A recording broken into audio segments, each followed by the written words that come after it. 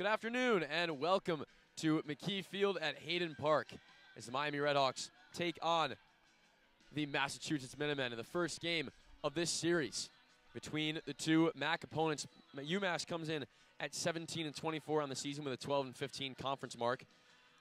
7th in the 12-team conference. Their lineup, it'll be Anthony Tirado leading things off. Then it's Vance Bonior, Gavin O'Brien, Reese McCarthy in the cleanup, Ryan Colbin, Braden Sullivan, Ty Fox, Jack Beverly, and then Matt Travisano will be the 9-hitter to face the starting pitcher, Zach Sohosky. Tirado will climb in to get things going. He'll take ball one high, and we are underway with a 2:05 first pitch. Sohosky, the Miami starter, the senior from Bentonville, Arkansas, a transfer from Rhodes College at the start of this year as he misses with the breaking ball, up to 2-0 on the leadoff man, Tirado. In 13 appearances this season, 12 of them being starts, he's got a 6-1 record of 4.27 ERA through 65 1/3 innings, a whip of 1.45 as well. Still can't find it with the third pitch. Go up to 3-0. 59 strikeouts, 26 walks. Opponents hit .264. But he's got himself in a 3-0 count here against the Minuteman center fielder, Tirado, and it'll be a 4-pitch walk. So Sohosky's done a solid job at limiting the K to BB ratio, as they call it. 59-26, well, I suppose now 27 after he puts Tirado aboard. But he's done a good job of limiting walks, but today it'll start things off with a free pass. As now it'll be Vance Bonior, the sophomore from Bethesda, Maryland. It'll be yet another ball. 5 straight to start the day for the left-hander. Bonior, a .265 hitter this season with an .854 OPS. Homered in their last game against UMass Lowell, an 11-10 victory. Here's the 1-0. And that one's in there for the first strike of the afternoon.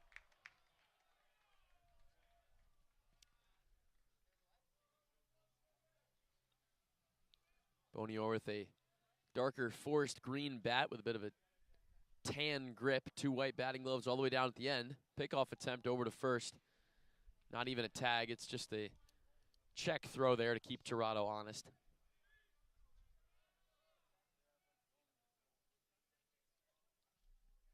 So the 1-1 is delayed by just a few moments, but we'll see it here.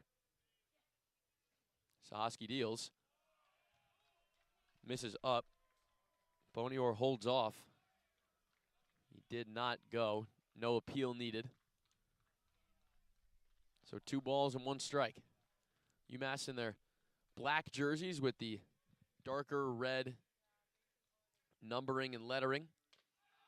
2-1 misses high again. And it's 3-1. The gray pants with the maroon stripe down the leg. Maroon belts as well. The silhouette of the state of Massachusetts just below the back of the neck, on the back of the jerseys. Black helmets for the crew as well. 3-1. Be a pickoff attempt. Sohosky's got to settle in here. Had a really solid campaign so far. Just has run into some issues with the walks. He's limited them in terms of number, but just the locations. As he fires in strike 2, but Tirado goes and is safe.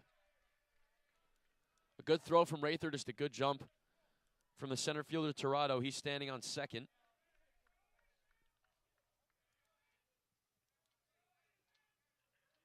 Our umpiring crew, we've got Ron Whiting behind the plate, Larry McNichol, the first base umpire, and Anthony Turk, the third base umpire. Count full at 3-2 on Bonior. Here it is from Sohosky. Fouled back.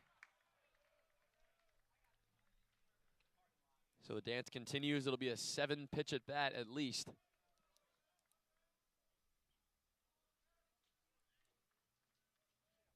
Miami in their red uniforms with the script Miami across the chest, white numbering, and white and red pinstripe pants. Tirado goes. It's chopped up the middle. Cruz catches it on one hop, makes a throw to Applewick for the out. Bonior is retired 4-3. But Tirado will advance.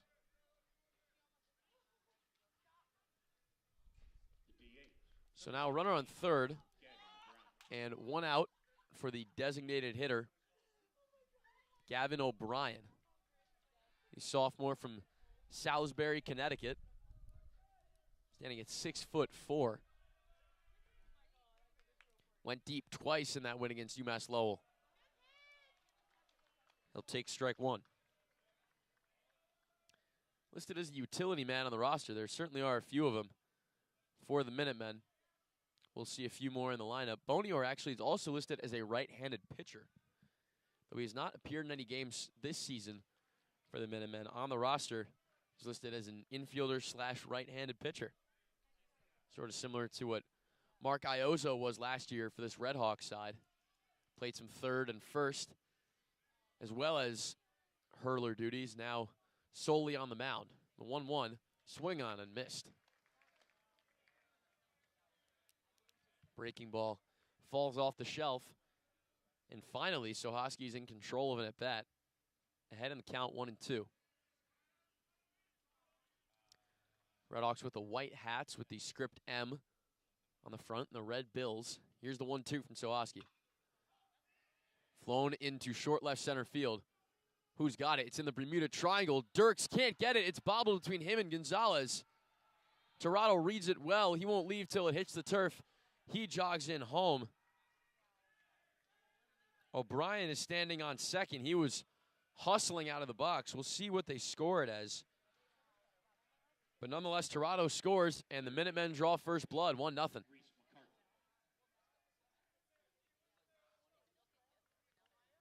When I get a scoring on that, I'll let you know what the story is.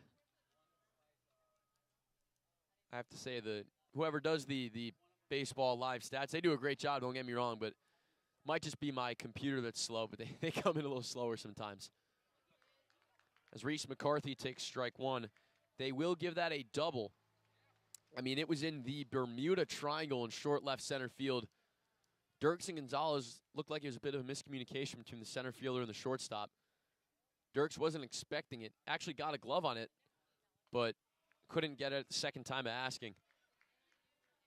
Count even at 1-1 on McCarthy, so it'll be a double for O'Brien. Maybe not what you think of in your head when you think of a double, but a double nonetheless. So 1 out. O'Brien on second. McCarthy with a 1-1 count. Swung on and missed for strike two. And again, Sohosky in control with a 1-2 count.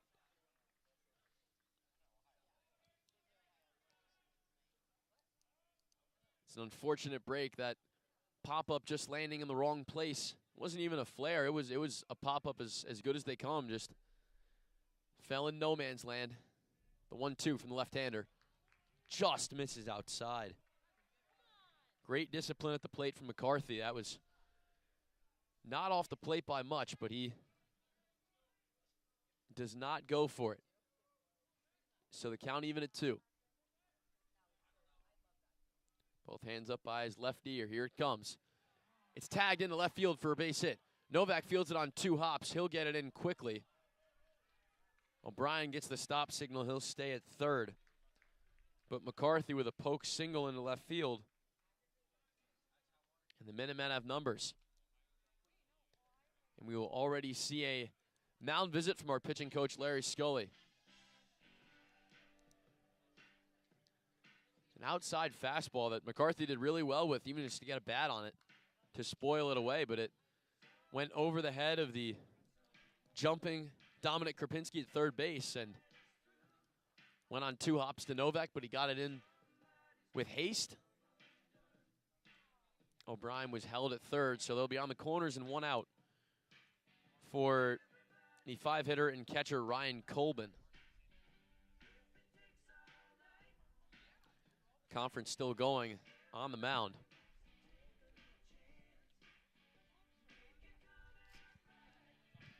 And as soon as Ron Whiting joins the party, it disperses. So Larry Scully heads back to the dugout. It was just him, Rather, and Sohosky. The infield was not called.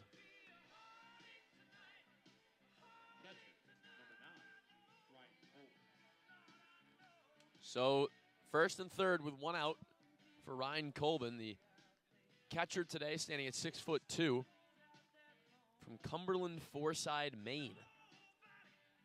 Also went deep twice in the win against UMass Lowell. An 11-10 victory in a battle of UMasses. Sahosky checks on McCarthy. He doesn't go anywhere. So now he'll attack Colbin, who is a .243 hitter this season. An OPS of .829, 6 home runs, 20 RBIs. He squares to bunt and lays it down the first base line. Applewick gets it, tags him out. But O'Brien comes in to score.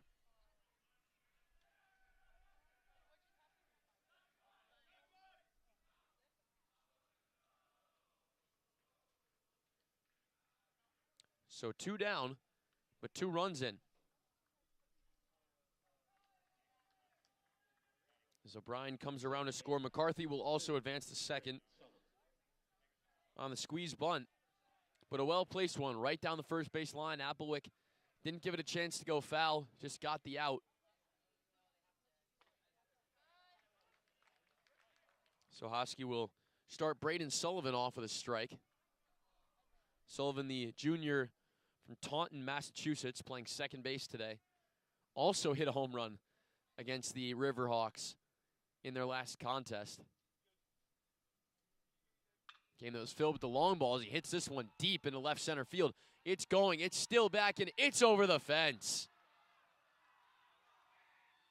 2 home runs in 2 games for Braden Sullivan. And the Minutemen jump on the RedHawks early. It is a 4-0 Massachusetts lead.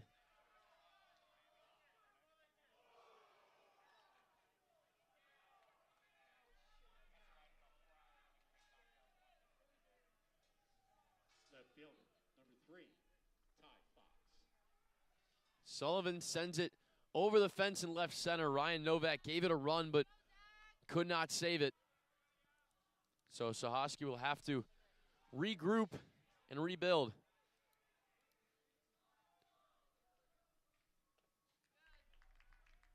He'll face Ty Fox, and Fox swings through the first pitch for a strike. Miami's done solid at limiting the home run ball. Only 45 given up, now 46, which was 4th in the MAC. But 1 given up today. As Sahosky gets strike 2. UMass doesn't really live and die by the home run either. They've hit 43, now 44. 8th of 12 in the conference. The 0-2 will miss outside. They're not an imposing offensive team. 10th in average, 10th in on base, 9th in slugging, 8th in home runs, 11th in runs. As Fox takes ball 2, count even at 2 apiece.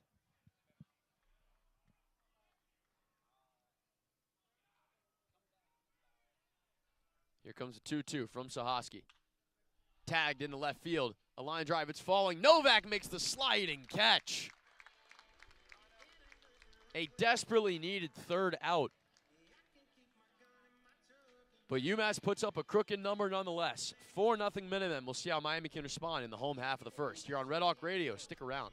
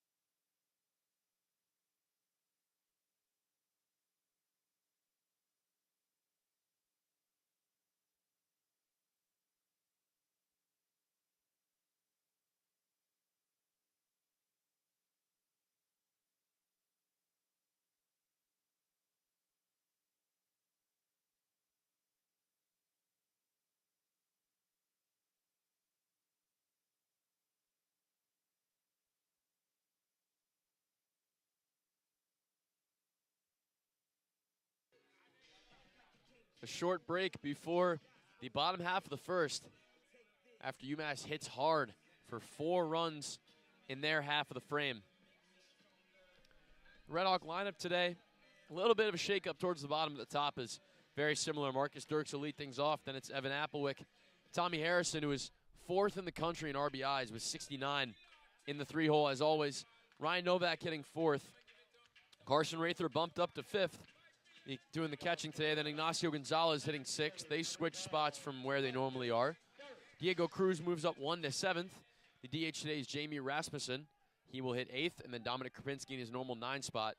To face the UMass pitcher, Callan Powers. Dirks will square to bunt, foul it back off rip, and the bottom of the first is underway. Powers, the junior from Haddam Neck, Connecticut, standing at 6'5", the right-handed starter in 11 appearances, all 11 of them being starts. He's got a 4-4 record, throwing 72 innings for the Minutemen. As Dirks hits this one into right center field, but on it is Torado. He makes the catch, and there's 1 down.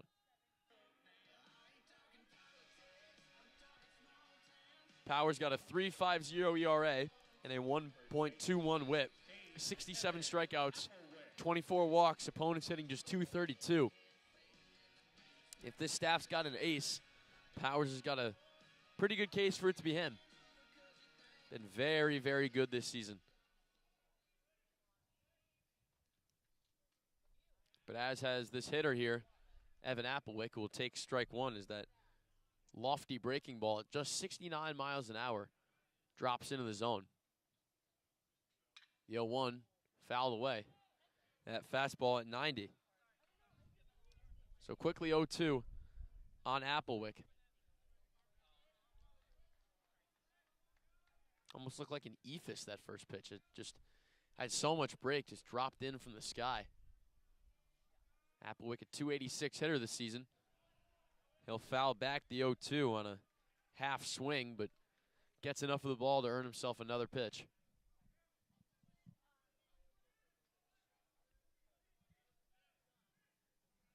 The red helmets, as always, for the RedHawks at home. The 1-2 is flown into right field. Coming onto it is the right fielder, Bonior. He makes the catch. And 2 quick flyouts means it's 2 down for Tommy Harrison. And what a season he's had. And for a good chunk of the season, he was over 400. He's dropped below that mark with a 393 average right now, but he is slashing the ball. 522 on base percentage, 1219 OPS, 13 home runs, 69 RBIs. That RBI tally good for 4th in the entire country. He chops that on the ground to the first baseman, Beverly. He takes himself to the bag, and a quick 1-2-3. Powers is efficient, gets the top 3 down in order. So through 1, still UMass 4, Miami nothing.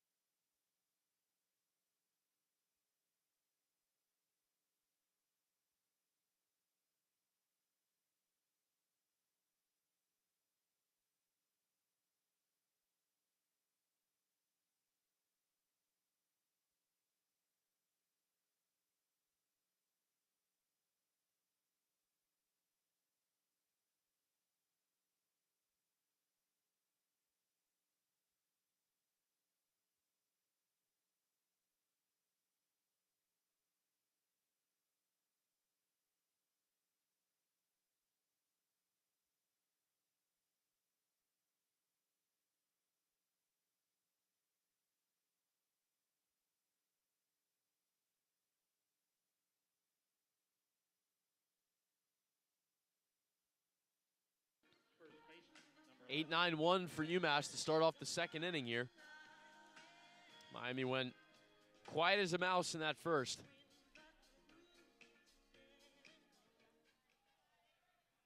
Be Jack Beverly start off Zach Sohosky's second frame. And he lines that one hard down the left field line.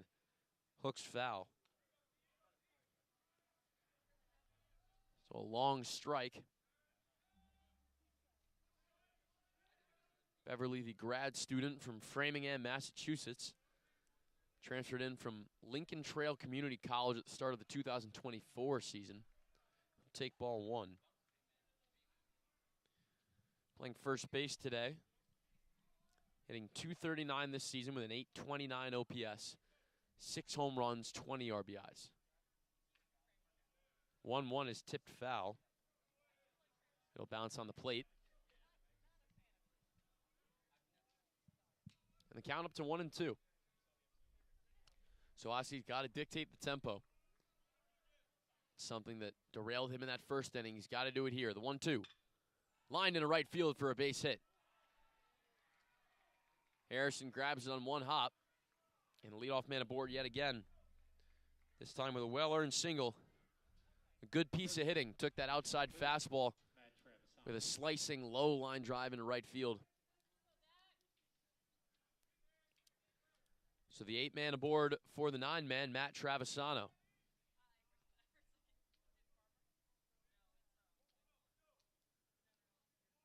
Today's shortstop with a pink and orange bat. Looks like someone threw up a sunset on his bat. He'll take ball one. You get some funky ones out here. They had one earlier. I forgot. It might have been McCarthy. That was all teal. You get some cool colors, though. He'll take strike one.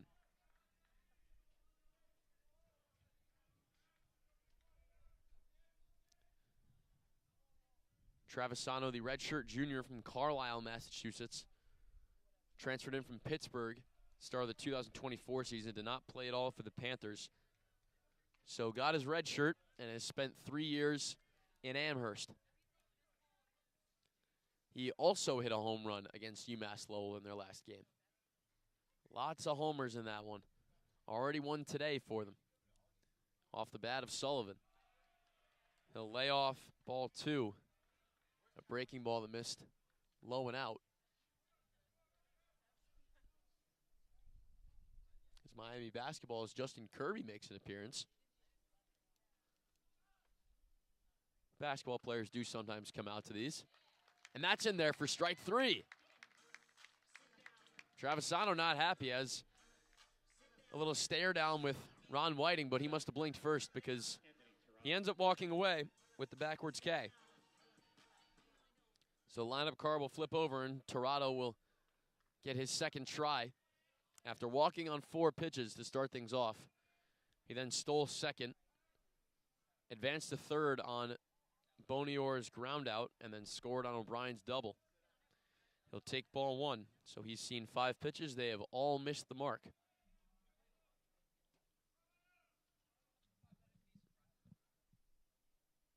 The 1-0. Chopped down the first base line, but it hits him. So the count at 1-1. A very short lead for Beverly at first. So Ossie's got a good move. Already gone over a few times in the first inning. None of them real serious attempts at getting it out, though. The 1-1 drops in there, strike two. So it's 1-2 on Tirado.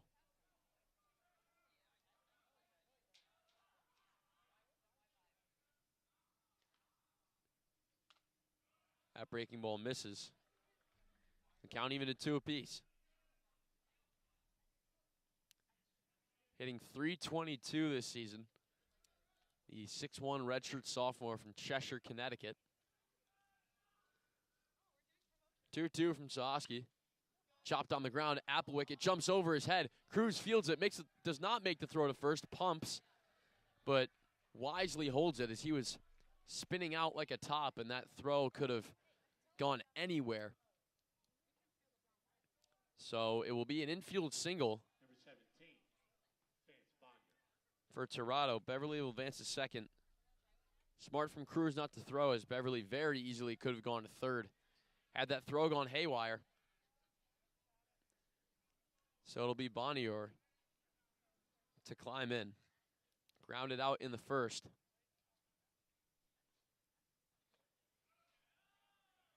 He takes ball one.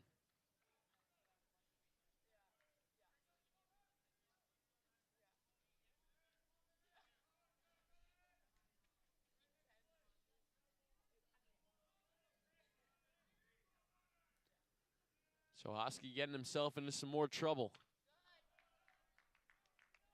But he gets Bonnier to foul that one off. So an even count at 1-all.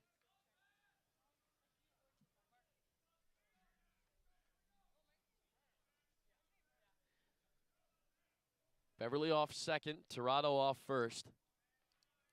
Still 4-0 Minutemen. They're looking for more. The 1-1. Grounder to Gonzalez. This could be two. To second for one. Cruz to first for two, and a double play. 6-4-3 to get out of the second. A textbook double play ball.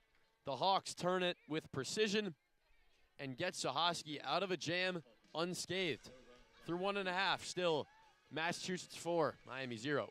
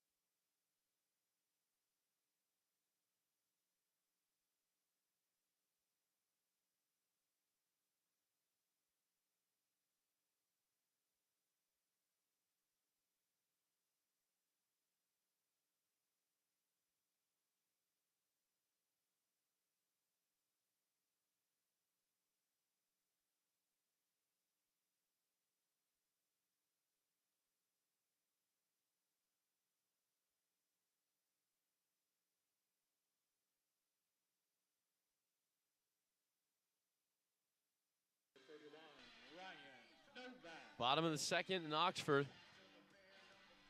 Sahoski gets out of a jam thanks to that double play. Gonzalez to Cruz to Applewick. And now the offense looks to capitalize after going down on just 7 pitches in that first inning. The 4-hitter Novak will try to get things going. He'll take ball one.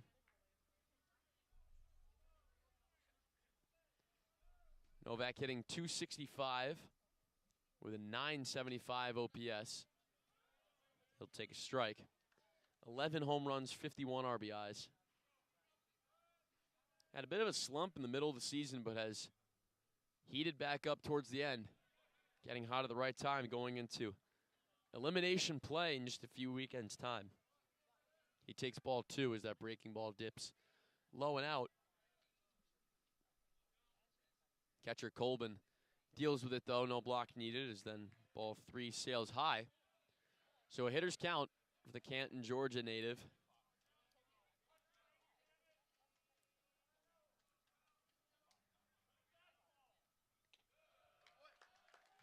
And he takes ball four high. So the first base runner of the day gets aboard from the free pass. And now it's Carson Rather.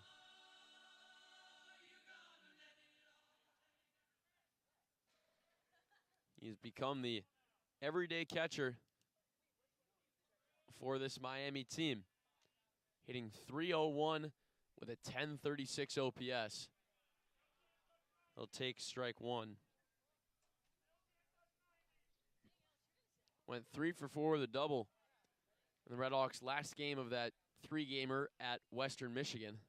Midweek game against Ohio State was canceled due to rain. Strike 2 also in there, so Rather immediately behind 0-2.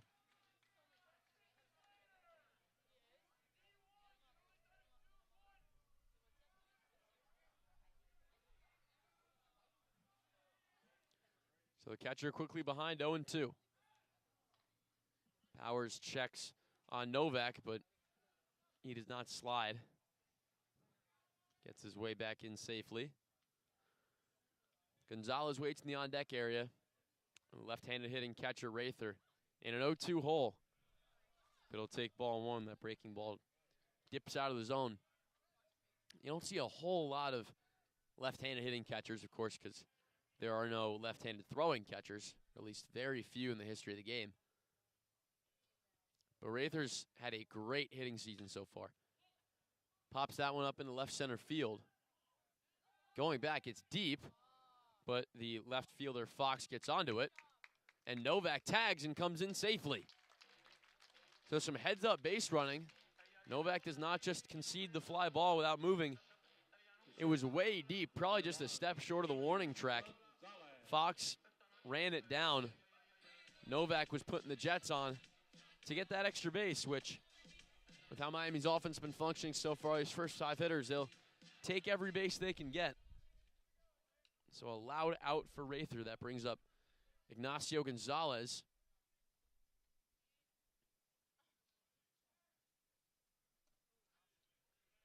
He takes ball 1. Gonzalez and Rather switched places in the order for today's game. Gonzalez normally does hit 5th, Rather 6th, but Brian Smiley flips it around. Breaking ball misses for ball 2. Gonzalez in control. The redshirt freshman from Garabo, Puerto Rico. Slowed down a little bit towards the end of the season as well. Hitting .265 as he pops this a mile high on the left side of the infield. Third baseman McCarthy is under it. He makes the catch. And there's 2 down for Diego Cruz, who has also moved places in the lineup. He was the everyday 8 hitter, but has moved up to 7th today. Rasmussen moves to 8th behind him. Normally the DH would hit 7th and Cruz would hit 8th.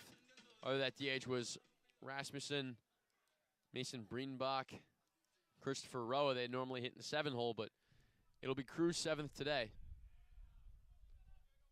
That breaking ball doesn't drop enough. It'll be ball 1.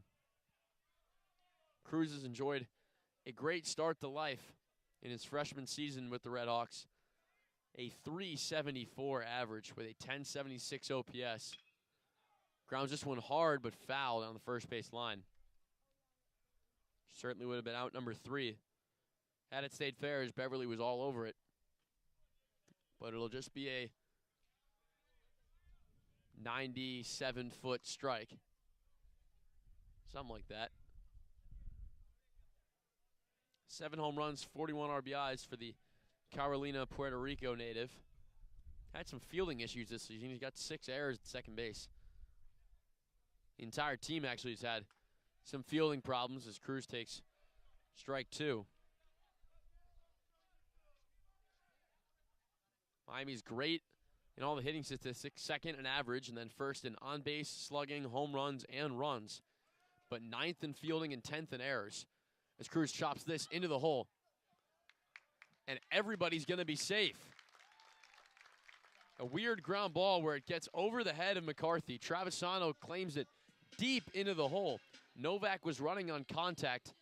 Travisano tried to go and get him at 3rd, but Novak was in there by a mile. And with Cruz's speed, you never want to try to force a throw over and potentially allow Novak to take that extra base, which in this case would be the plate. So by all rights, that should be an infield single for Cruz. It will be. So it's Jamie Rasmussen. He'll swing through strike 1. Cruz will take second base unopposed.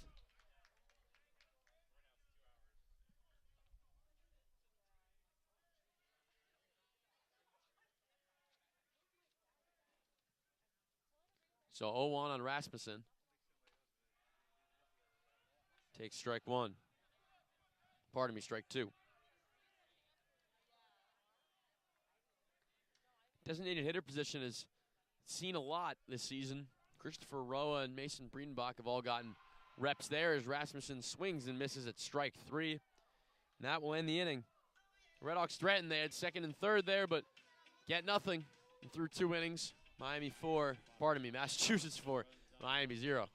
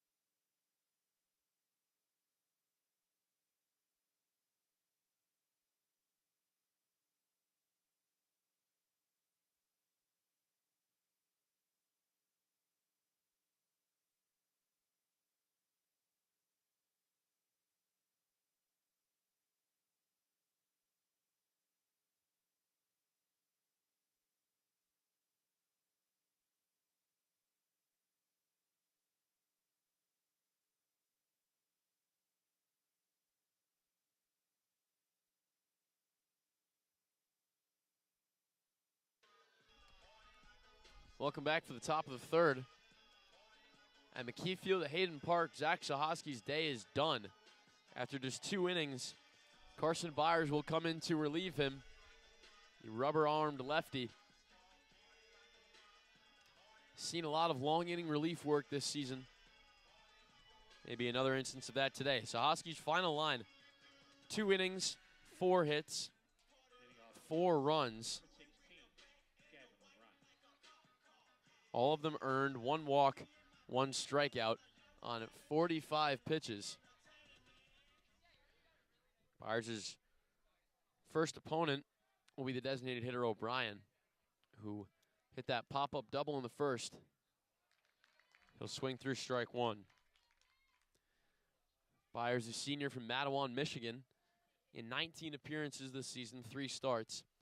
He's thrown 54 innings, got a 6-1 record along with 2 saves. A 6.5 ERA and a 1.48 whip as O'Brien fouls back strike 2. 48 Ks, 17 walks. Opponents hit 286. And the ERA may be a little misleading because Byers has put in some crucial innings. The 0-2 just misses. It'll be ball 1.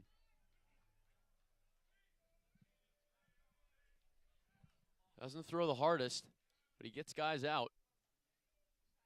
The 1-2 to O'Brien. Swung on and missed. Strike 3. So a K to get things going.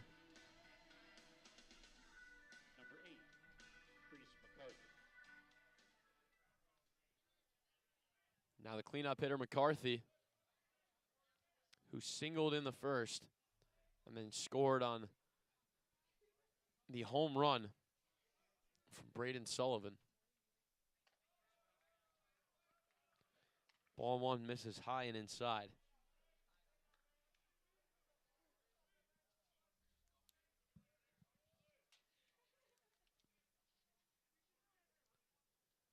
The 1-0 tipped foul right behind. So the count at 1 apiece. On McCarthy.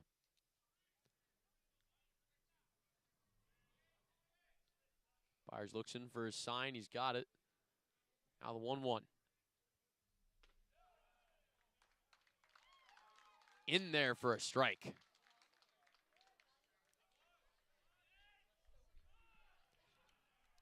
So a 1-2 count on O'Brien. Actually, the Home plate umpire Whiting signaled for a called strike 3. However, count was only 1-1. So now the 1-2. Swung on and driven into right center field for a base hit over the head of the jumping Cruz for a line drive single. McCarthy with 2 hits.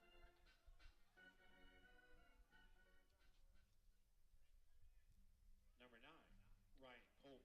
And it'll be the catcher, Colbin. Bunted down the first base line and was tagged out by Evan Applewick, but he brought home O'Brien in the process.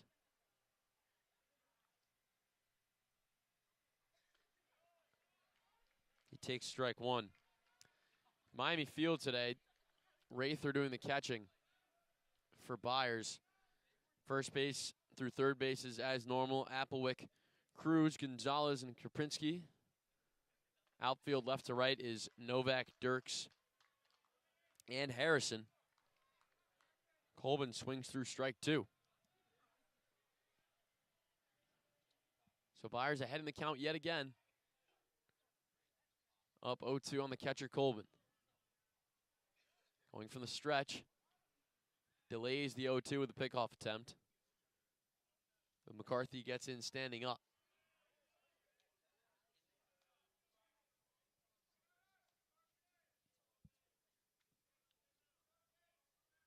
So now it's 0-2. Here it is from Byers. Swung on and missed. The breaking ball disappears. A pitcher's pitch. That breaking ball just falls underground. Too late for Colbin. He swings right through it. So now 2 down for Sullivan, who took an 0-1 Zach Sahoski fastball over the left center field fence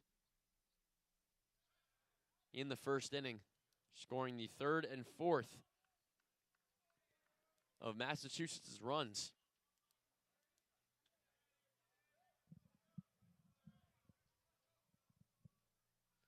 Still waiting for his first pitch from Byers. It'll come here. And there's strike 1. Fastball at 87. Like I said, his stuff doesn't blow you away, but he's crafty, he mixes well, uses the breaking ball to his advantage, and gets a lot of contact, and it's usually not too hard. The 0-1. Lined into left center field. Gonzalez almost picked it out of the air. It'll be a base hit. McCarthy was running on contact. He goes first to third. Sullivan stays on first with a single. So good bit of base running from McCarthy to advance 2 bases. And trouble brewing again for Miami. First and third with 2 down. Number 3, Ty Fox. And it's Ty Fox, the left fielder who lined out to the Miami left fielder Novak in what was a great sliding play.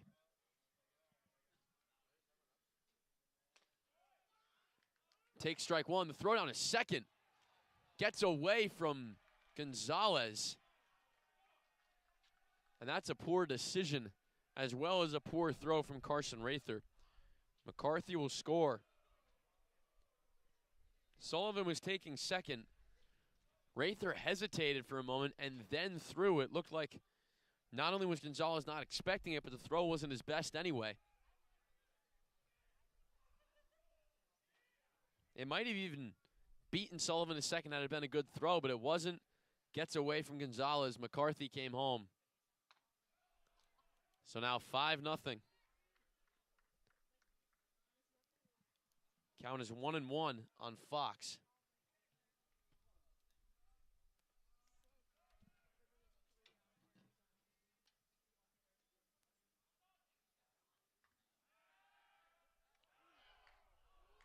Pickoff attempt at second is almost successful, but not quite. It was a close one.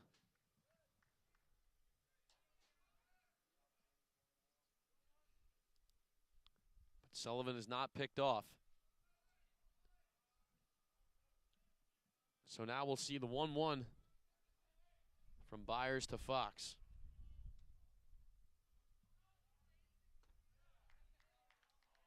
Just misses inside for ball 2.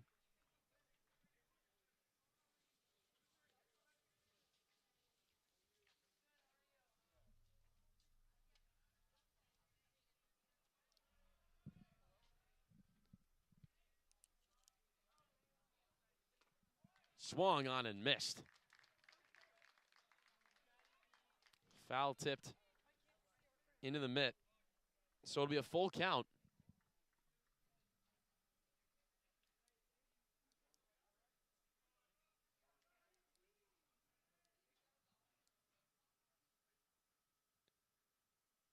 Swung on and missed. Strike 3.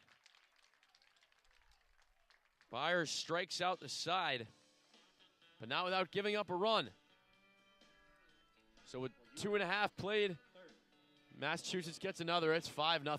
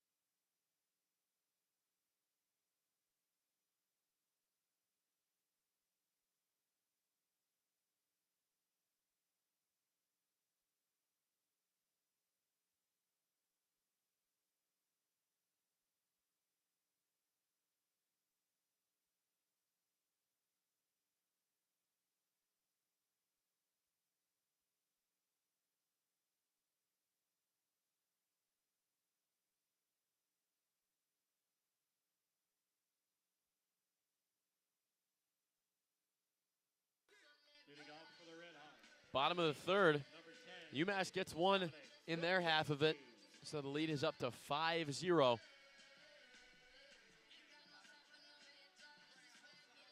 Miami's got to get things going with the bats. They'll get 9-1-2 here. Krupinski, Dirks, and Applewick.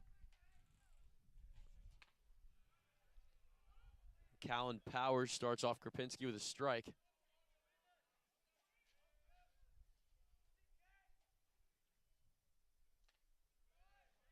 And he'll take ball 1 outside. A 277 hitter this season is Krupinski with a 906 OPS.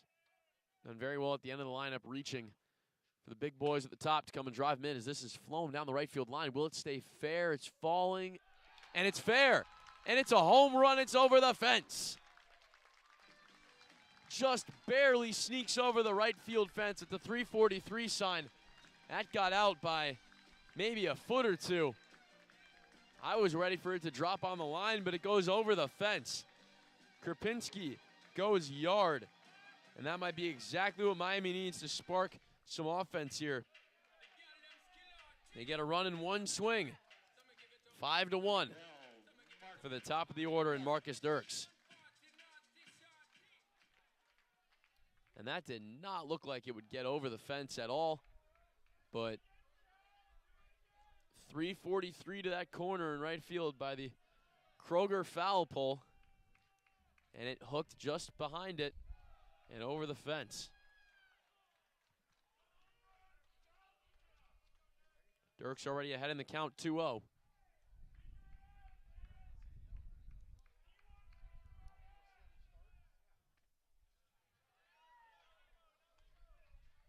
And Powers settles himself, fires in strike 1. Some wind brewing here. Maybe tells her some rain to come as Dirks lays down a bunt. It was a really good one, but it strays foul down the third base line. So it'll be strike 2. Dirks using his speed to his advantage. He's done that all season, getting on in any way possible. Well, I better hope it doesn't start raining because we normally have a tent that we can put up over our table. But for whatever reason, we don't have it today. Might be for some of the senior weekend festivities.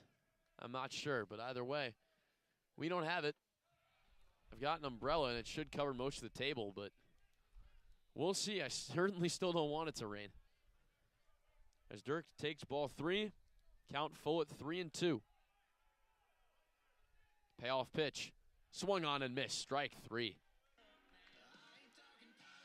A nice breaking ball that fell away. Dirks waves at it and comes up empty. So 1 down for Applewick.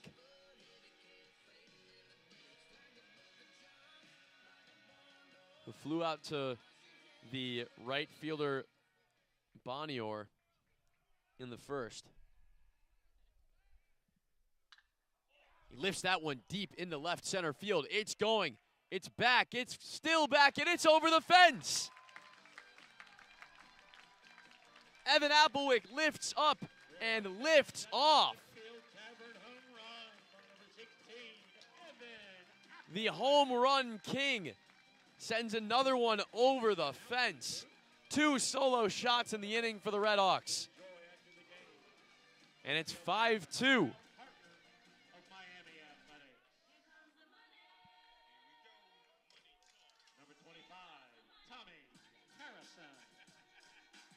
The first pitch that Applewick sees lands in the lawn of Markham Hall.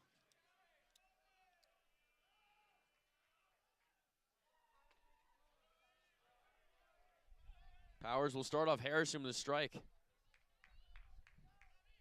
And yeah, you've given up 2 home run balls in your last 3 batters, but you don't get a break. Here's a 400 hitter, but he slaps that one on the ground to the second baseman Sullivan, who makes the tidy 4-3 putout. So maybe he does get a bit of a break there. Harrison 0 for 2.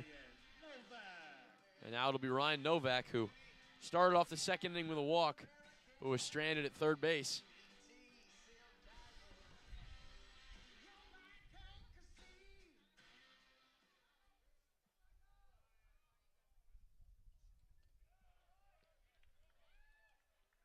Powers spikes his first offering to Novak. And it's 1-0.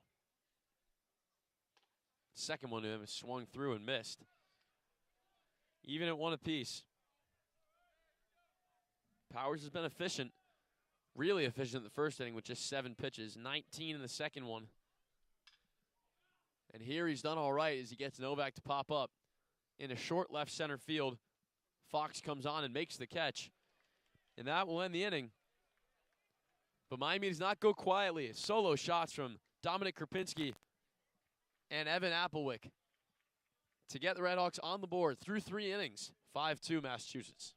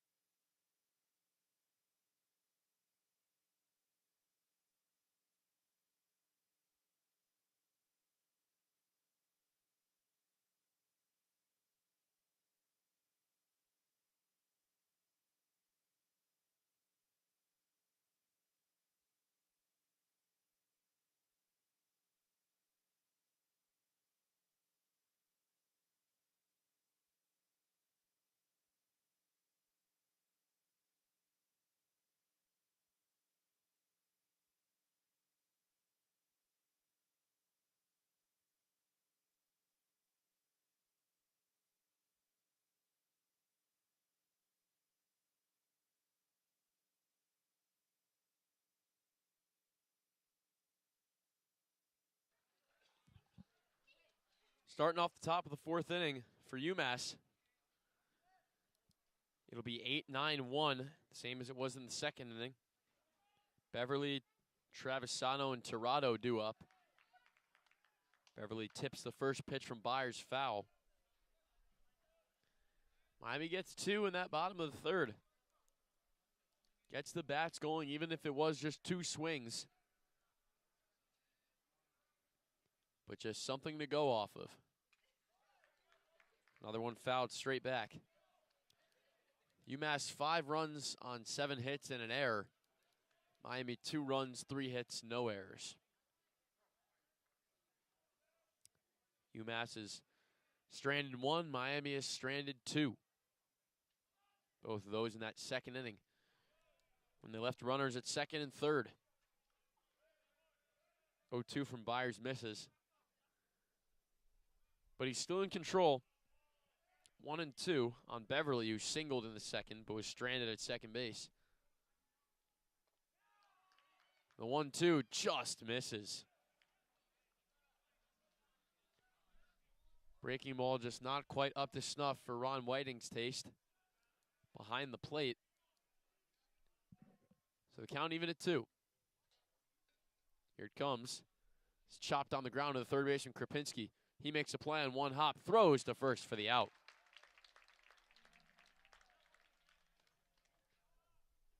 So 1 down for Matt Travisano, who struck out looking in the second and didn't like that call. Had some words with Mr. Whiting behind the plate.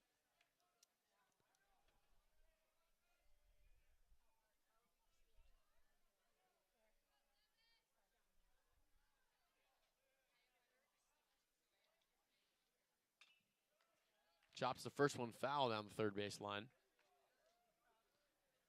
Travisano, a .208 hitter on the year. Just 1 home run and 9 RBIs. Not an everyday guy, but gets the nod at shortstop today. Fouls the 0-1 back, and it's 0-2.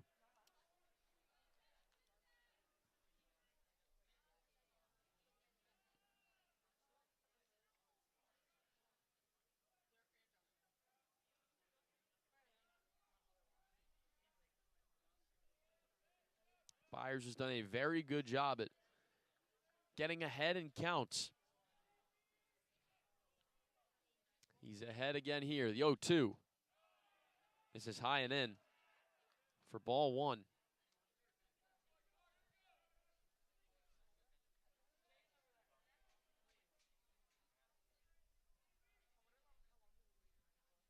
Here's the 1-2.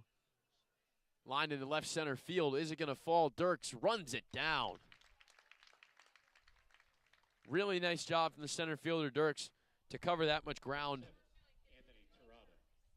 and snag it for the out. In left center field, Travisano retired. So now 2 down for Tirado, who walked in the first and singled in the second.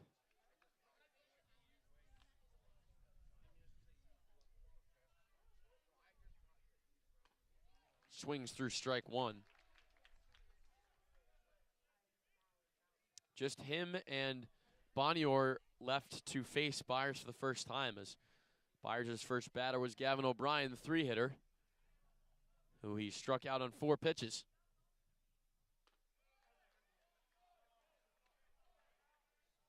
Oh, 0-1 misses low and out. And it's 1-1.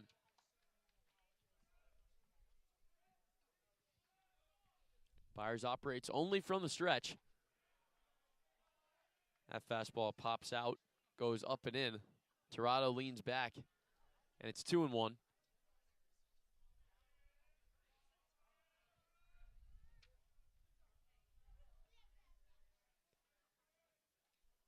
Here's the pitch.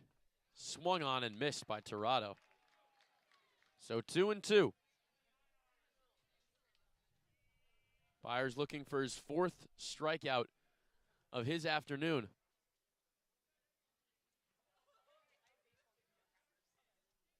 Here's the 2-2. This is just low.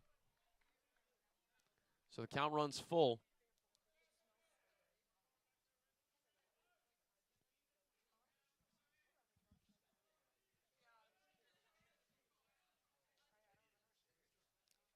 Payoff pitch. Byers to Tirado. Misses low. So the leadoff man is on yet again for the third time today. Number 17. Second time by virtue of the free pass. So it's Bonyor, who is grounded out twice. Grounded into an inning-ending double play in the second when there was first and second with one out. Hit a ground ball with a smiley face on it, essentially, to Ignacio Gonzalez. As him, Diego Cruz, and Evan Applewick turned a swift 6-4-3 double play to retire both Tirado and Bonyor and escape that second inning unfazed and unscathed.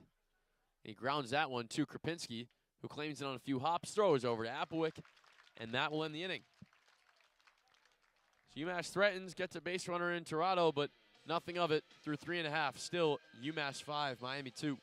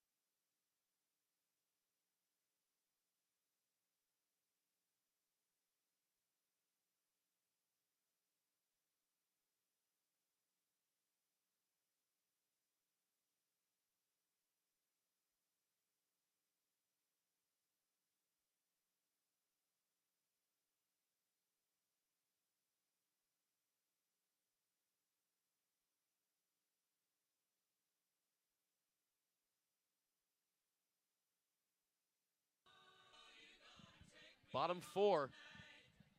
Miami gets out of the top half without giving up any runs. So now they look to add to their 2-run third.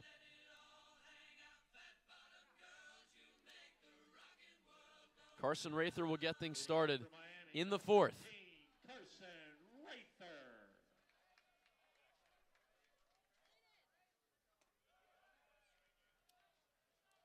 Rather will take ball 1. He flew out to left in the second. A little bit of a change in the environment after those 2 home runs as Rather grounds one to the third baseman. 5-3 put out from McCarthy. Rather's retired. And it'll be Ignacio Gonzalez, who certainly also does have home run power. Hit a few in big spots. He's got 8 this season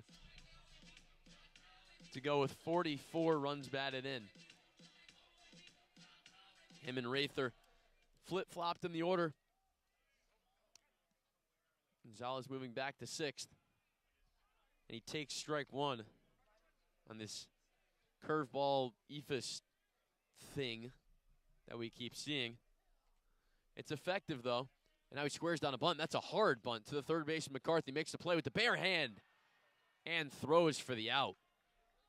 Really nice from Reese McCarthy. It was a fastball that came in hot at 91.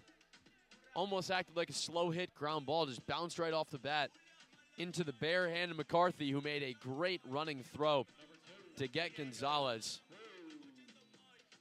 And as an infielder himself, I'm sure he's just thinking that's a nice play, dude, and goes back to the dugout. He doesn't have any complaints, any words. So just 4 pitches in the inning, already 2 outs. And Cruz takes ball 1. Went for that softball running hit, but did not swing. The 1-0. Drops in for strike one. Cruz singled in the second and then stole second base. He lines this one into right field for a base hit, past the glove of the first baseman, Beverly. He was close, but it evades the webbing. Cruz on for the second time today with a 2-out single. Now it'll be Jamie Rasmussen, who struck out in a big spot in the second inning with second and third and 2 down. Cruz was on second. Novak was on third in that scenario. Rasmussen struck out on 3 pitches. Pickoff attempt unsuccessful to cut down Cruz. Always got to be careful of his speed. He was awarded a stolen base when he did advance to second in that second inning, but that may have been a little closer to a catcher's indifferences. Didn't look like Colvin batted an eye, but they give him the stolen base anyway. First one to Rasmussen, misses high. Solid crowd this afternoon at Hayden Park. As Rasmussen lines this into left center field, it's a base hit. Down on one hop, Cruz rounding second, he's in the third, gets the stop signal. And they're at the corners again with 2 down. Rasmussen extends the inning with a single. Cruz was ready to round third and head home, but he was held up, probably wisely, as Krapinski homered in the second inning. Or pardon me, the third inning. No reason to take the bat out of his hands in a big spot like this. No, he's not your typical 9-hitter. He's definitely more of a double leadoff. A 280 hitter with a 900 OPS. That pitch gets away from the catcher, Colvin. Cruz will come in to score standing up. Rasmussen advances to second as well. It'll be ball 1 to Krapinski. Will probably be scored a wild pitch. It will be. So Miami adds another 5-3. And now all of a sudden, the tying run is at home plate.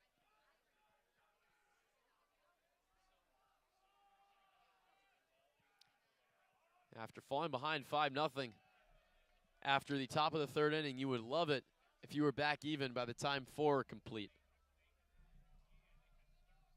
Powers misses, and it's 2-0. No action in the Massachusetts bullpen. I don't even think there's anybody there.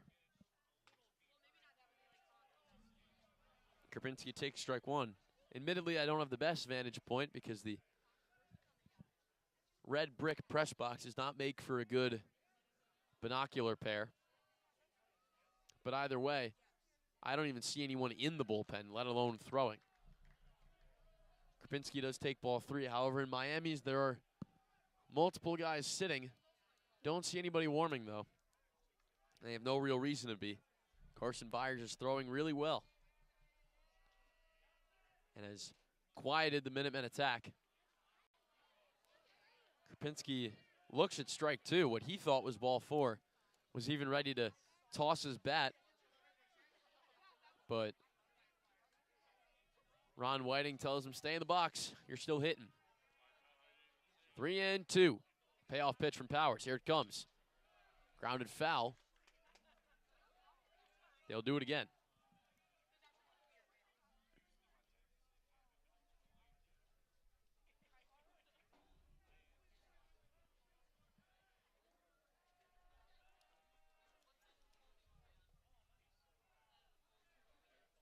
Powers gets a sign, and here's the 3-2.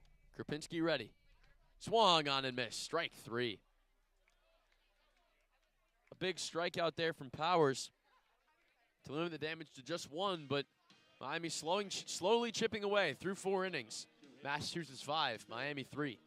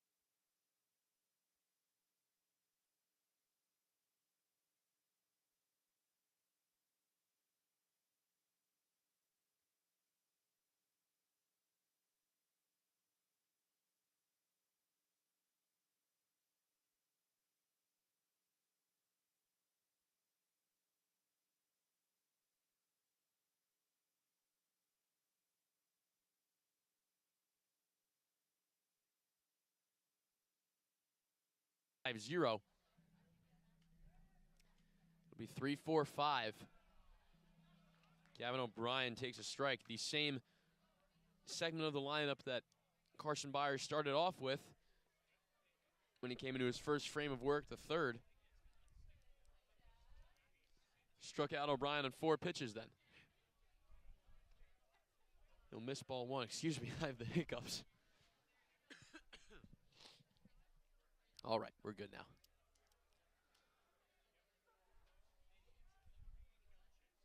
The 1-1. Flown high into center field. Dirks looks to be under it. Settling, moving still, but makes the catch. Starting to be some wind up there. It's blowing out pretty straight to center field, but can do some weird things in the air. These gray skies do make it easy to track. Number 8, Reese McCarthy. So 1 out for Reese McCarthy, who has been a thorn in the side. Both of his at-bats, he singled and scored both times. Foul is this first one back.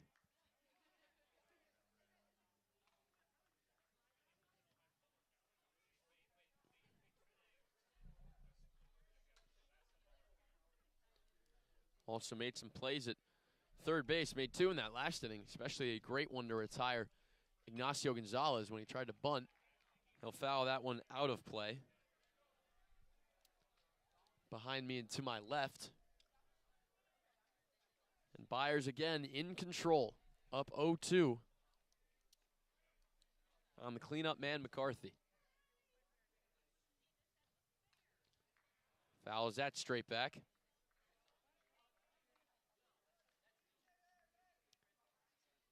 And they'll do the 0-2 over again.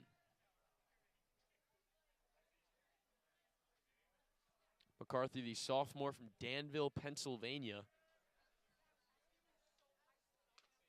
A .241 hitter on the season. He takes ball 1 high. 726 OPS with 4 home runs and 22 RBIs.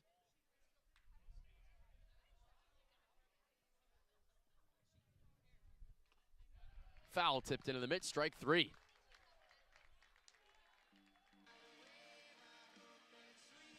So 2 down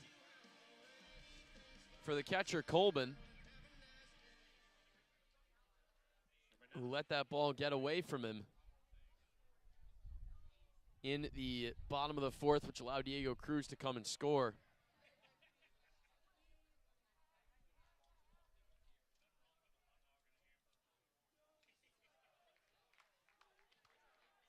Colbin gets a minuscule piece of it. Fouled off. 0-1.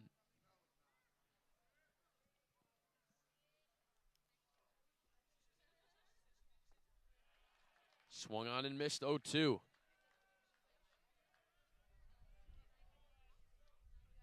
Byers is working hard and working well right now. Just the 11th pitch of the inning here, and he can end it. The 0-2. Just inside. RedHawk dugout was excited because they thought that was in there. But Ron Whiting tells him to cool off. And it's 1-2. Here it is. Breaking ball just misses, and this time Byers thought he had it as he was walking off the mound in the direction of the dugout. But again, Ron Whiting tells him to stay where he is. So now the 2-2 to Colbin. Here it comes. Fouled back.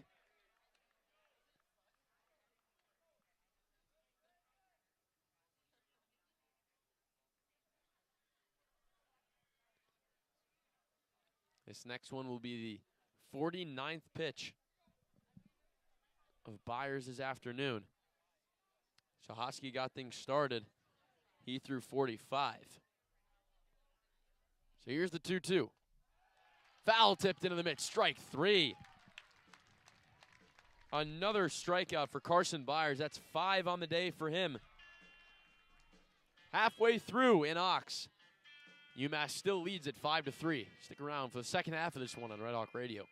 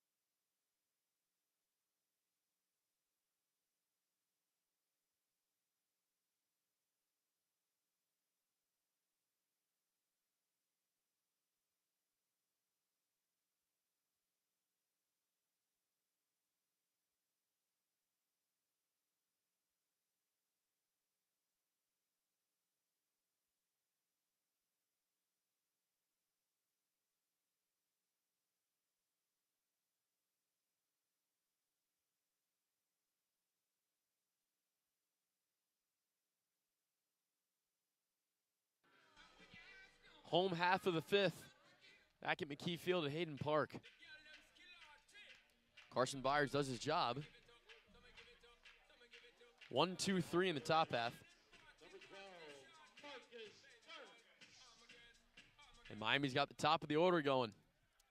Marcus Dirks will climb in for his third time. And he is 0 for 2 today, which you don't normally hear with such a good hitter like Dirks. Flew out in the first, struck out in the third. Now getting his third try at Callan Powers. He's up in the count 2-0 after 2 breaking balls missed the mark.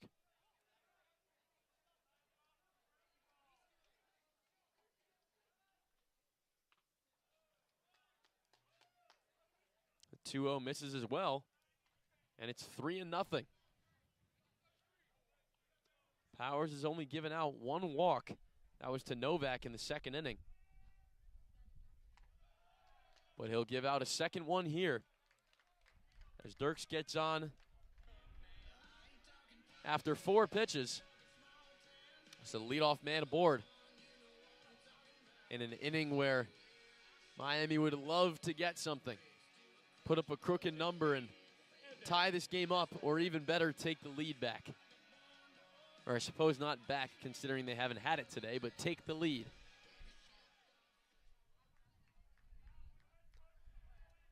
And it'll be Evan Applewick who went deep in the third. Pickoff attempt unsuccessful. Dirks slides in safely.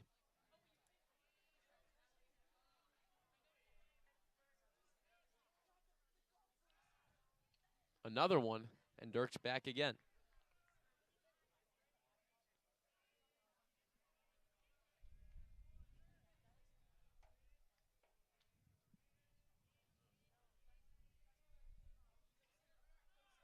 Dirks is going. The breaking ball misses high. The throw to second, not in time. Dirks swipes the bag with a stylish slide at that. Slides down and pops right up. Kind of like that Trey Turner clip.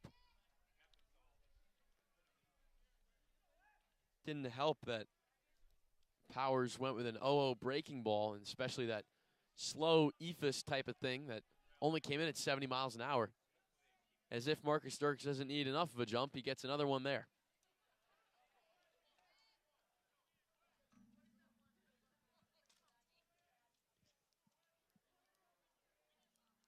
So now 1-1 on Applewick. Got a dog trying to maybe be my color commentator for today. 1-1 just missing. Applewick checks his swing. The appeal to Larry McNichol comes up empty for the Minutemen. So it's 2-1.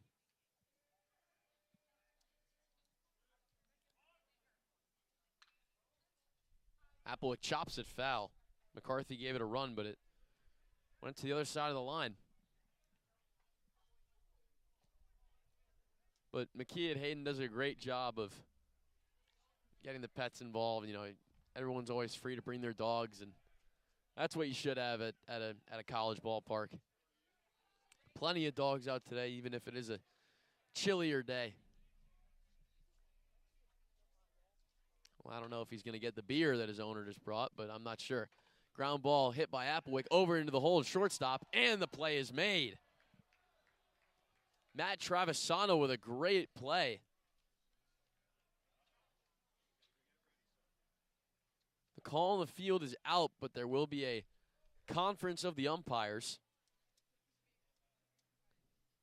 Miami did not call for a challenge, but they will talk about it. It was deep into the hole and not hit very hard. Applewhite is not the fastest, but he placed that ground ball well, and they will have a look at it. So he will have a challenge. It was close. I think the call on the field is right. It looked like they got him by maybe a third of a step. But we'll see what the video review shows. And they show the what the umpires are looking at on the video board in left center field, but it's so far away and so grainy that I don't think any insightful analysis could be drawn from it.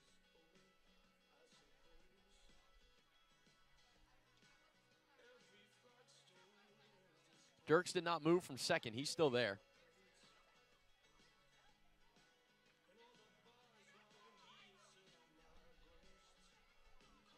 It is a close one. Call on the field is out.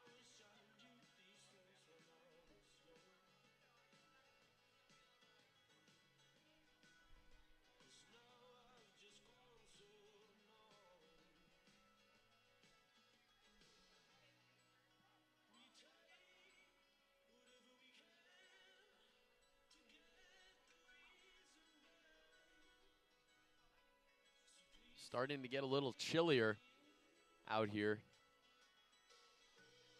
And not only, obviously, for the radio, we're outside, whereas for Chatterbox Sports, they're inside in the press box. But not only are we outside, we don't have our table that we normally put all the gear on to sit at and call the game. I got to do it at this little, I don't want to say rinky-dink, but it's kind of rinky-dink, little red table that they have on both sides of the press box.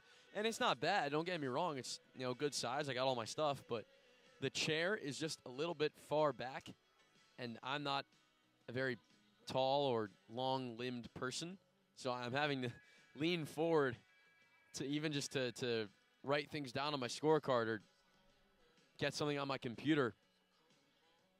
So it's a little annoying, and my lower back is starting to hurt a little bit, but just how it went today, they have finished talking about it.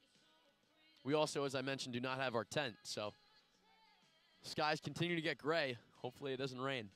Not supposed to come till about 5:30. We have the call, and the call is confirmed. Applewhite is retired at first base.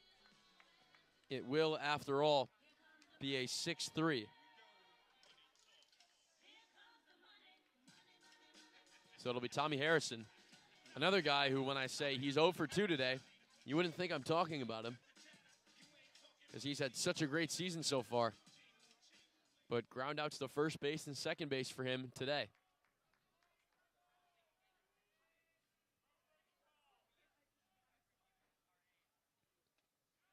Swings and misses at strike one.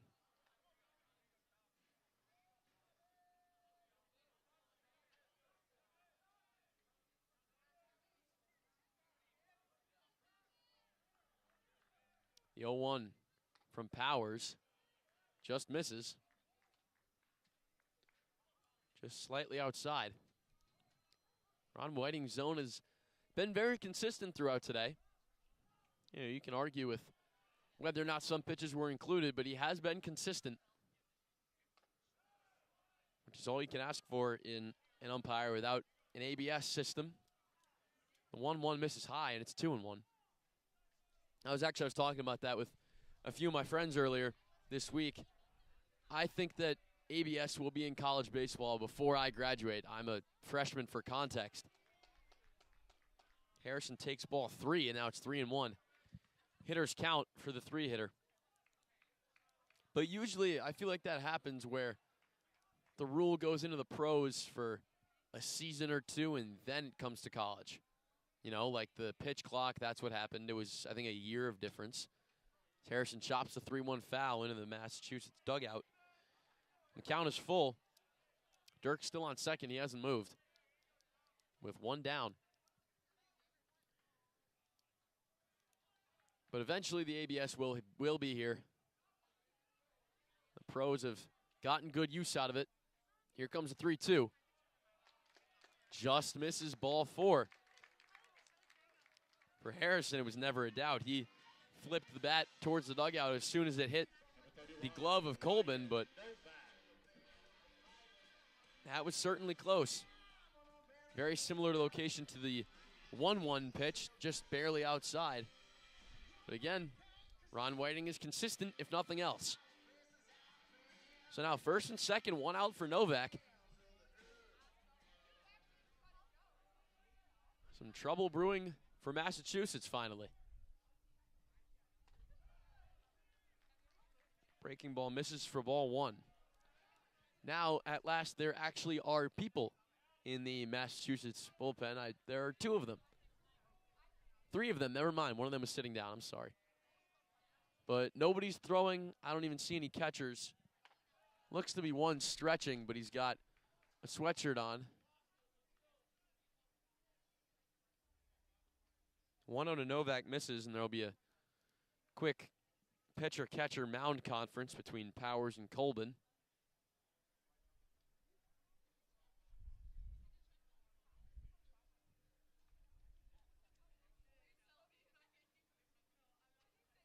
One of the pitchers in the bullpen took his sweatshirt off. I'm trying to see his number, but I can't quite see it just yet because he's not all the way at the back of the bullpen. Once I can figure out who the Minutemen may be employing next, let you know. But for now, 2-0 on Novak.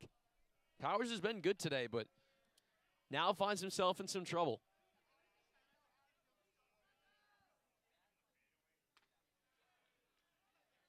2-0 is in there for strike 1.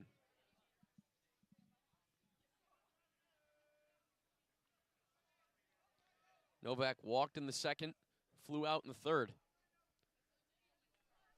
Now represents the go-ahead run in the 5th. He'll take ball 3. Powers has walked 2 this inning. He had only walked 1 in the previous 4. And now here's his 3-1. As a cloud of smoke comes onto the field from the grill as that is lined into right field, but caught by the right fielder, Bonyor.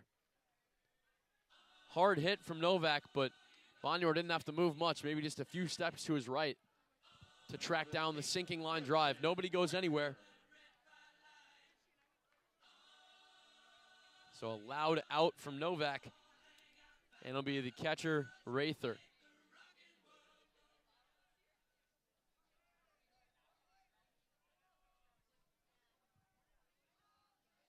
Rather with a fly out and a ground out today. We'll take ball 1. Lineup getting their 3rd sights at Callan Powers. And they're starting to figure him out. 1-0. Half swung and lasered into the Miami dugout. Part of the risks of having everybody on the fence. And I mean everybody. Anybody that is in the dugout, at least that I can see, is standing on the top railing. That thing came in there quick. Everybody ducked. So no casualties. The 1-1. Flown foul on that same trajectory, but up and over. And the count up to 1-2.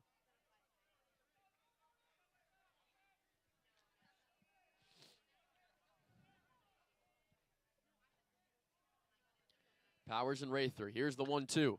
Grounded up the middle. Shortstop Travisano makes the throw over to first. Needed a stretch from Beverly, but the putout is made 6-3.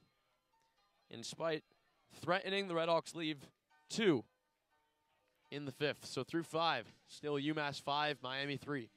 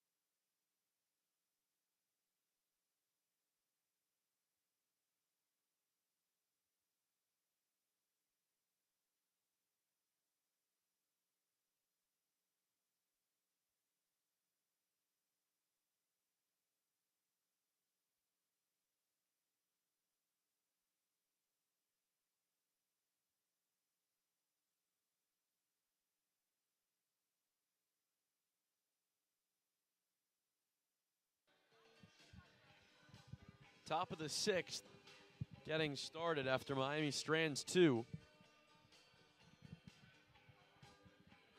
off for the Minutemen, number 2, Hayden. Can't seem to get my headset on straight there. Sorry, folks. Ready to go now. Braden Sullivan will get things started. It will be 6, 7, 8 in the UMass order due up in this 6th frame. Sullivan will get started with a strike. He singled in his first encounter. Swings and misses through strike 2. Singled in his first encounter with Byers, but homered in the first inning off of the starter Sahoski. So he's also reached twice on 2 hits. Minutemen with 7. He'll take ball 1. But they have not had a hit in their last 8 batters. Should Sullivan not get a hit either, that number would be 9. The 1-2, and it will be 9 as he swings and misses through a breaking ball. Another strikeout for Carson Byers. That makes 6 for him on the afternoon. Number 3, Ty Fox. So it's Ty Fox now, who is 0 for 2. He lined out in the first and struck out in the third. Ended the inning both times. He will not end it here, even if he is retired. He takes strike 1, and he is the one who uses the teal bat that I was referring to earlier. With a worn-out white grip. Well, it was once white. Now it's a faded shade of beige, as are his batting gloves. He takes ball 1. It's even at 1. Got the UMass red throwing sleeve on his right arm. You can call it maroon, deep red, however you might think about it. Swings and misses at strike 2. See, I wouldn't call it maroon, though, because when I think of maroon in a college team, I think of, Florida State, something like that. It's not red because, Miami's red. That shade of red is red. But I don't know if it's maroon. I don't think it's dark enough to be maroon. The 1-2 misses high. And it's even in 2 on the left fielder, Fox. I'm not sure what the other words for a deeper red are, but I'm sure there's one out there that would more accurately describe it. 2-2. Pop foul behind me. And they'll do it again. Be the 6th pitch of the at-bat.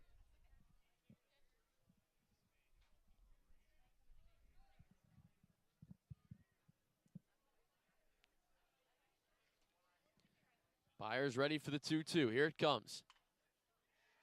Popped up into short right field. Harrison running onto it, tracking, slides, but cannot make the catch. It gets behind him. Dirks is there to cover. Fox rounded second, but comes back in. It'll be a double. Presumably, it certainly shouldn't be an error. Harrison tried to make the diving play, but couldn't quite snag it. And it is rightfully so a double for Fox. He reaches for the first time today, and the hitless streak of 9 batters stops there,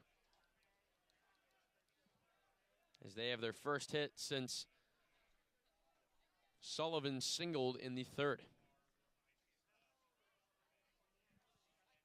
So now it's Jack Beverly, who singled in the 2nd and grounded out in the 4th. Swings through strike 1.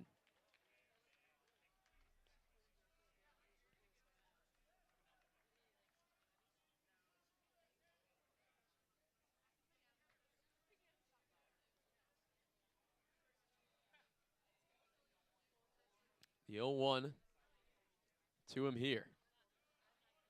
This is just out for ball 1. And the count even at 1 apiece.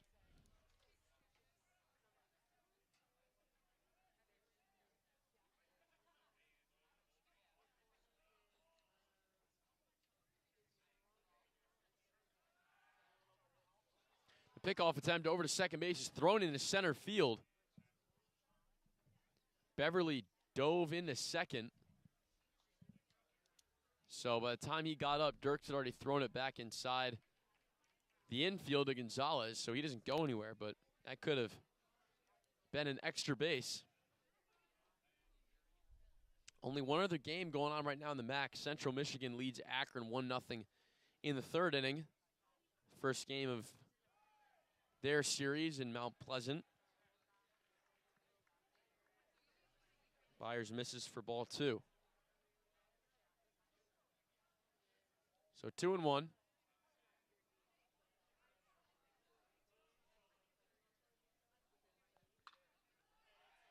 Popped up into short left field.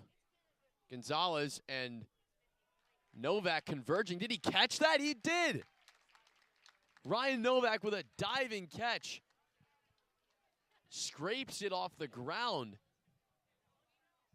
And yet another acrobatic play in left field. He had a wonderful sliding catch in the 1st inning and makes another one there to retire Beverly. So now it's the 9-hitter Travisano. And you'd love to end the inning here, not have to see the top of the order again, with a runner already in scoring position. Byers' first one to him misses high. Struck out looking in the 2nd, flew out in the 4th. So as we look at the MAC standings, neither Akron nor Central Michigan would be, or pardon me, Akron would, they're in 8th, ahead of Bowling Green, even though they have the same conference record of 10-17. UMASS right now 2 games above both of those sides, as Travisano fouls that one off. So Akron right now will be the last team in.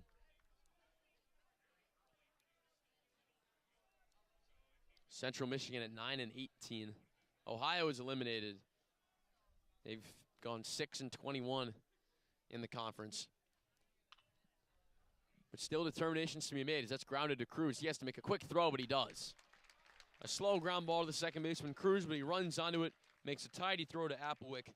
A 4-3 putout. And we are through 5.5. Still 5-3 Massachusetts. Miami looking to continue to chip away at the lead in their half of the 6th.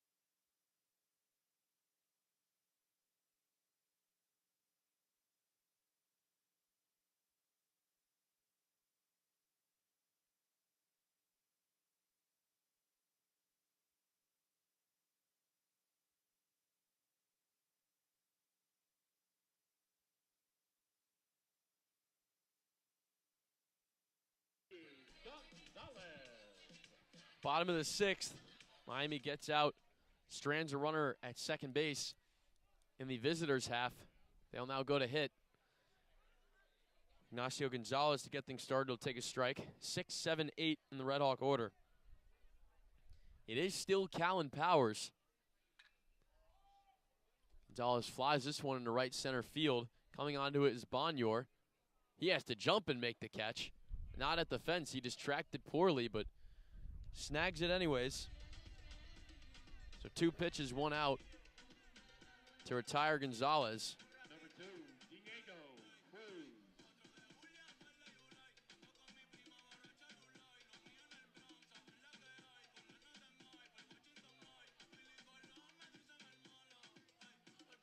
So now it'll be Diego Cruz. Cruz is singled both times. And he takes a strike. I was incorrect on the format of the MAC baseball tournament. Only 6 teams make it. I had thought it was 8. But it's 6 teams, so right now the last team in would be Ball State. So UMASS is chasing them. They're 2 games back. See if they can make up that gap. As Cruz now takes strike 2. He's in an 0-2 hole. So right now Kent State be the 1. They'd get the winner of Toledo and Western Michigan. Northern Illinois be the 2 as Cruz swings through strike 3. Northern Illinois be the 2 seed and we get the winner of Miami and Ball State, the 3-6 matchup. So the winners of those games would go and play the 2 higher seeds. The loser of those 2 games would play each other. It's double elimination, no matter what. Rasmussen climbs in now and takes strike 1.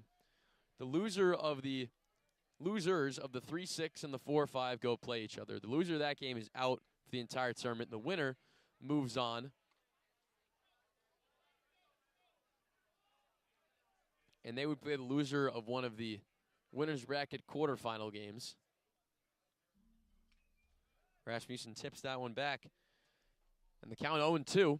Quickly Miami staring down the barrel of a 1-2-3 inning. So it is double elimination. Miami did lose once last season in the MAC tournament and still went on to win it as Rasmussen grounds that one into the hole for a single. Splits shortstop and third base. It rolls into left field. So the inning is prolonged. Dominic Krupinski makes his way into the box.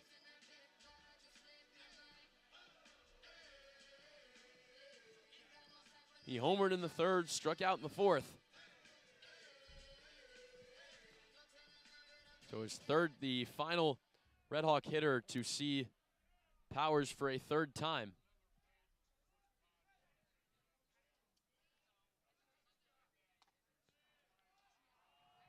He takes strike 1.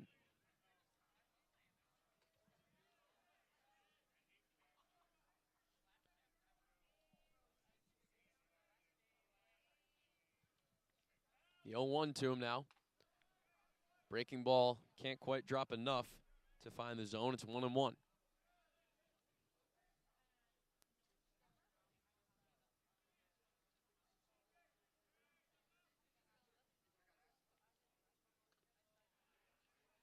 He swings through strike 2.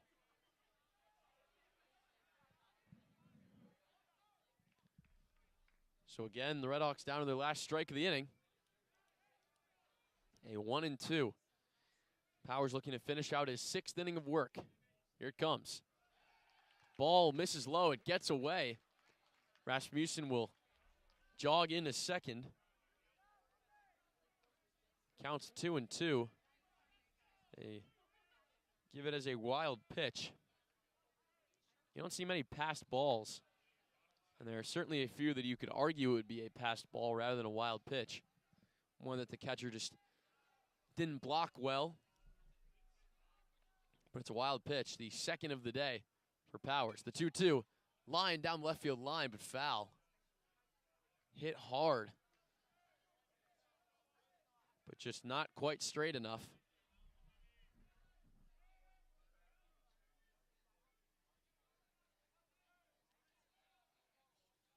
So they'll do the 2-2 over again. Both hands up by his Left ear for Krupinski in the red and white batting gloves. Here's the 2-2. Misses high. And the count runs full.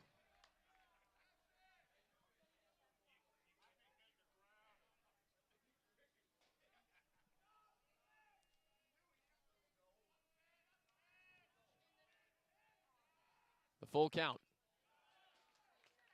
Fouled back. So they'll do it yet again.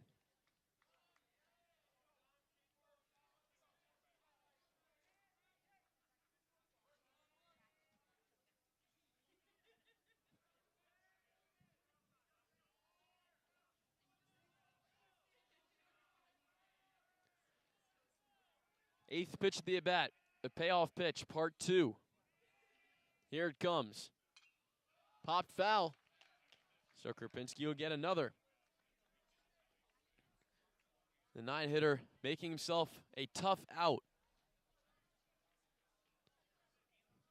There is an arm warming in the Massachusetts bullpen, and it's a side armor. I can't quite see the number. It looks like it's Dylan Terwilliger, which would be number 13, as Krupinski takes ball 4, a well-earned walk. 9 pitches later, he's on first base. It looks like it is Terwilliger, the right-hander, with a sidearm delivery. But once I have confirmation of that, I'll let you know. Every time he pitches, he turns around, but only for a half a second, so it's kind of hard to get the number down. Dirks takes ball 1. He is still 0 for 2 on the day. After flying out, striking out, and then walking in the 5th. Stole second base, but was stranded there.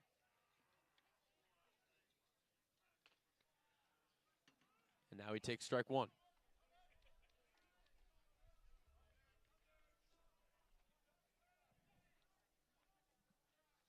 So it's 1-1.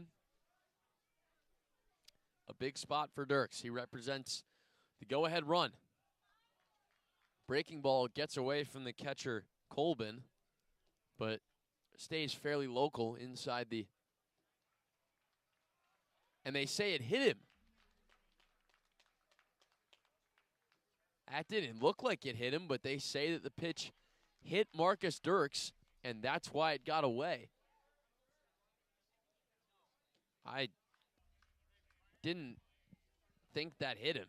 That looked like it hit the plate rather than his foot. But Dirks is on first base. UMass coach having a conversation with our home plate umpire, Ron Whiting. And now the umpires will have a discussion. Not sure which UMass coach that is because they have two. They have 2 joint managers, Brandon Shalakis and Max Weir, both in their first season in the co-manager role. So the umpire's discussing.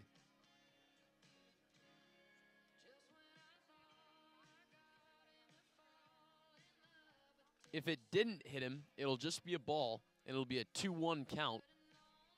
But if it does hit him, the bases are loaded with 2 outs for Evan Applewick. Nobody advanced on the pitch. The hit-by-pitch signal was pretty late. It just looked like it was a breaking ball that popped out of his hand and dipped low. It got away from the catcher, Colbin, a little bit, but stayed inside the circle, and they will challenge. UMass will challenge the ruling. They will take a look at it.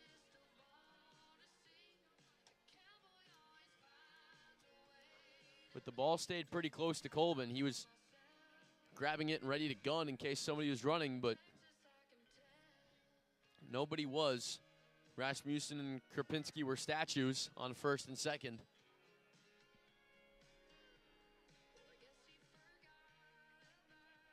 So they'll look at it.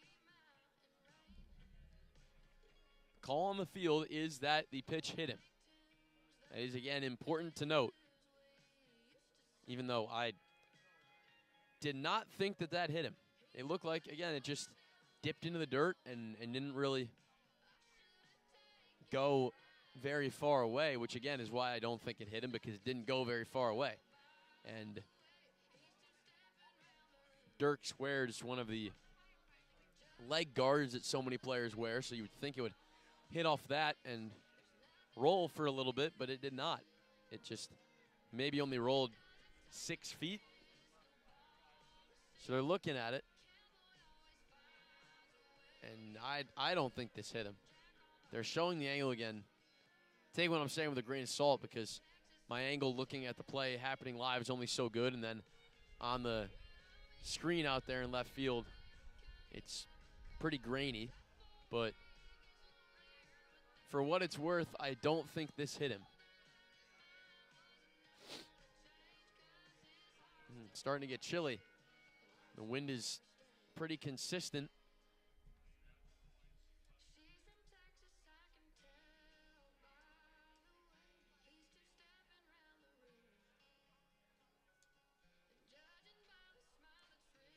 Looks like the rain is impending as we approach 4 o'clock local time.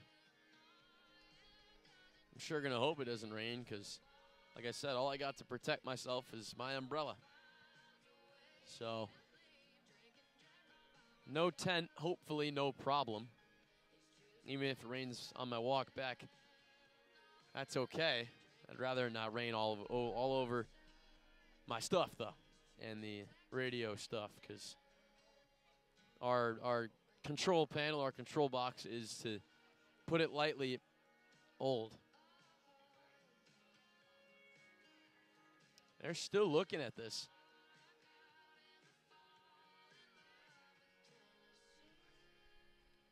So it must be a discussion. Now they're coming out with a ruling.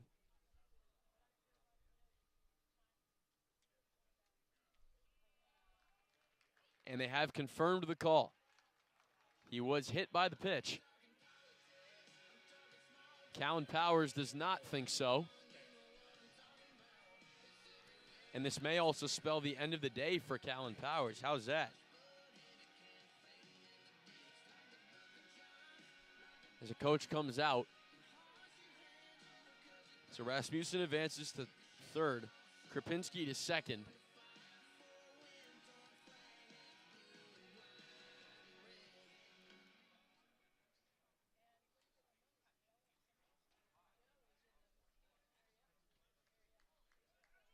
Infield coming for the conference, and that will be all for Callan Powers.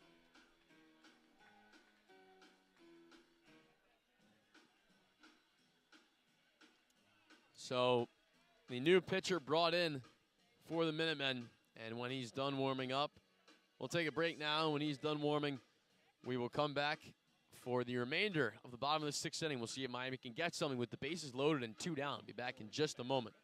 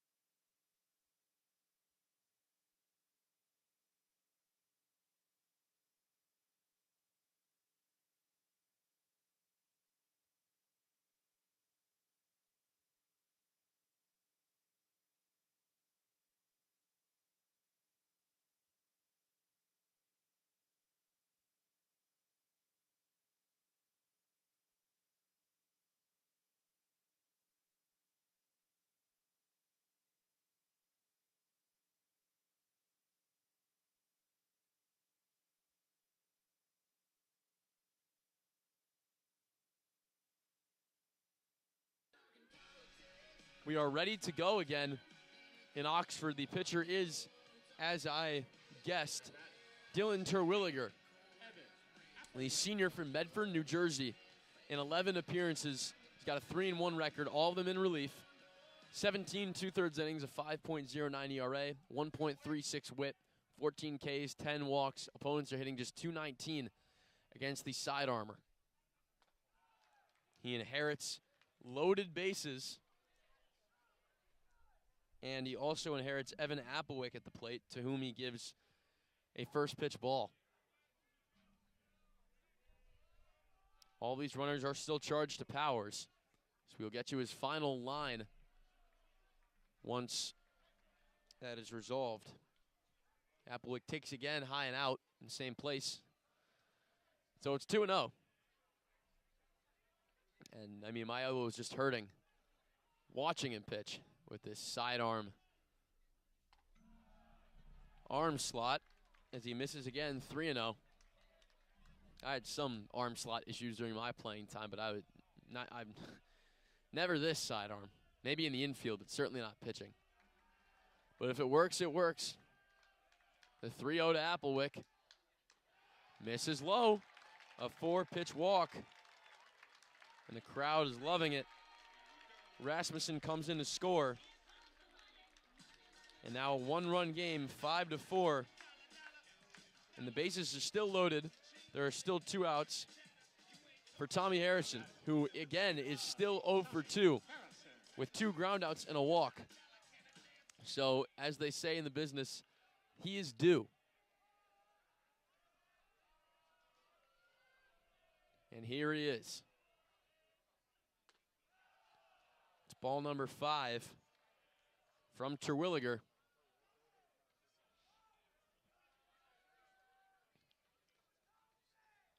The walk is his problem. His opponents are only hitting .219 against him, but he's walked 10 in his 17 2/3 innings. He finally gets a strike. And count even 1-1 on Harrison.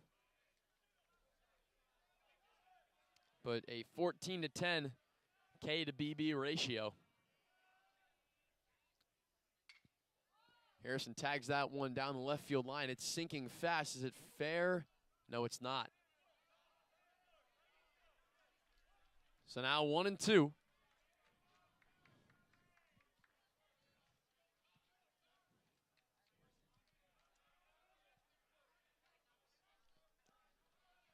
A spot bigger than any we've ever seen today. Bases loaded, 2 outs. The 1-2 to the 3-hitter Harrison. Here it comes. And it hits him.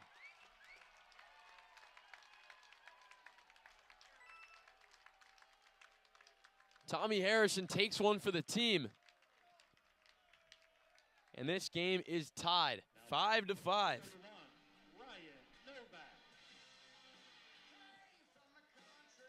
Did not look like it tickled. I could see his face after it hit him on the shoulder. Dispels some advice to his teammates on how to deal with this crafty side armor. But another gift of a free pass. Well, maybe not free. It cost a little bit of pain from Tommy Harrison, but 2 runs in without a ball being put in play.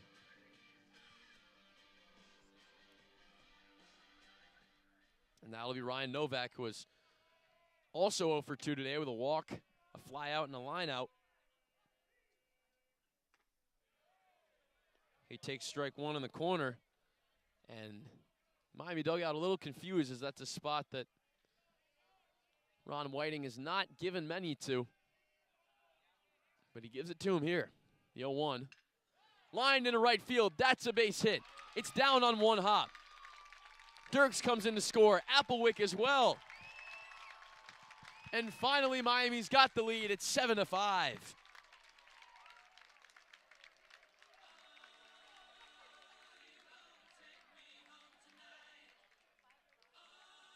Exactly what the doctor ordered. Ryan Novak with a single into right field.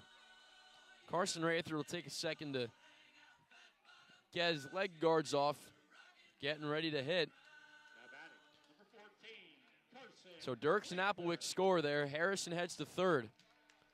So first and third with 2 outs still. Miami done all of this with 2 outs. They were 1 pitch away from having this inning only go 8 pitches.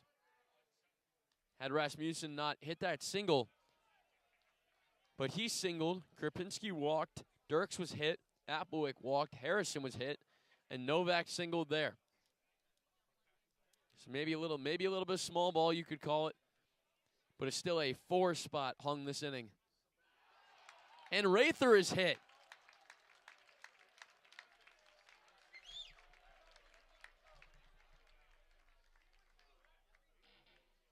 The third beaned batsman this inning. The second in 3 hitters from Terwilliger. And the RedHawks have batted around. It'll be Gonzalez who started things off with a flyout. So the bases are loaded again with 2 down.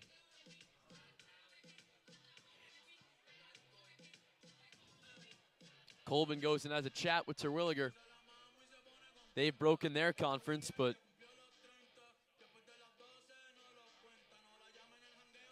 they are shaken. 4 runs already plated. A few more out there now. Now batting, number 21, Iggy Gonzalez.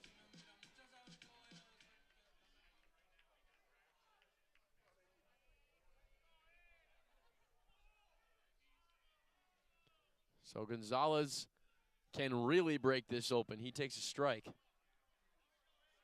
So now we do have a final line for Callan Powers. Through 5 2/3, 6 hits, 6 runs, all of them earned, 4 walks, 4 strikeouts, a hit batsman on 101 pitches. Gonzalez flies this into right field. Bonnier is under it. He makes the catch. And it's 2 flyouts to right field for Gonzalez to begin and end the inning. But Miami still gets theirs. 4 runs in the frame, and through 6, Miami's got the lead, 7-5.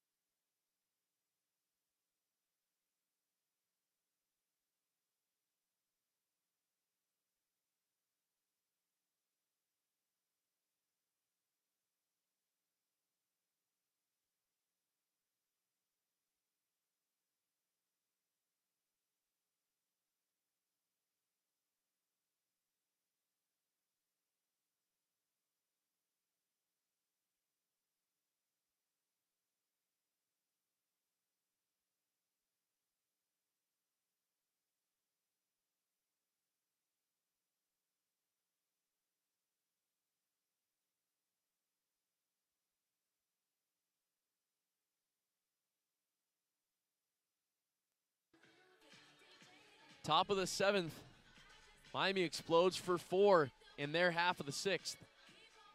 And they have the lead 7-5. Number 7.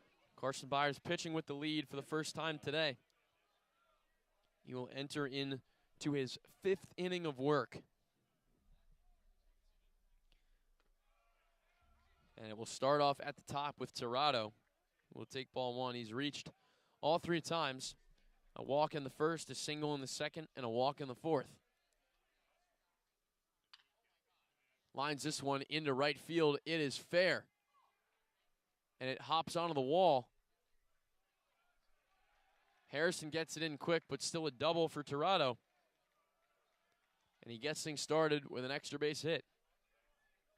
Now batting, number 17, So now it's Vance Bonnier, who is 0 for 3 with 3 groundouts.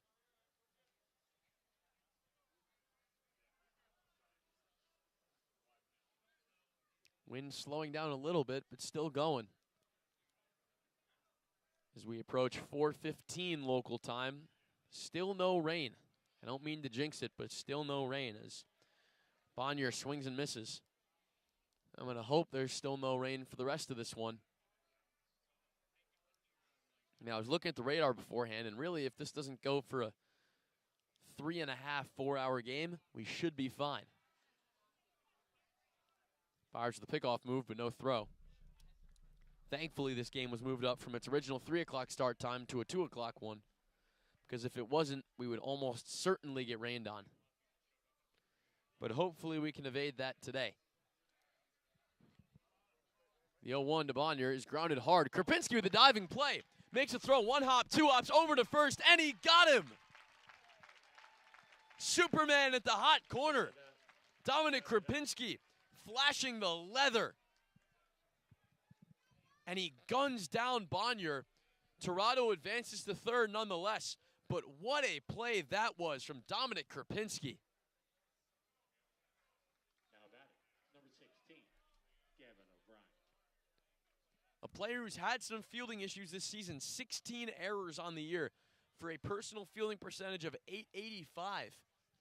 But he's been tidy today, and what a play that was. As this is lined into left field for a base hit. No dive will save that one. Toronto touches home. He'll score. And the lead cut to 7-6. O'Brien takes the first pitch of this AB into left field. Perfect split between Gonzalez and Krapinski. So a runner on first and 1 out with a run in.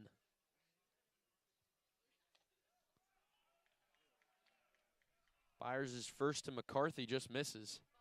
Not by much, but again, that's that left half of the plate, left outskirt of the plate, I should say, that Ron Whiting has not bit on very often, as this is now lined into left center field. It will fall for a base hit. Into the gap, Novak knocks it down. That probably saves a base. It'll still be a double, both runners advance 2.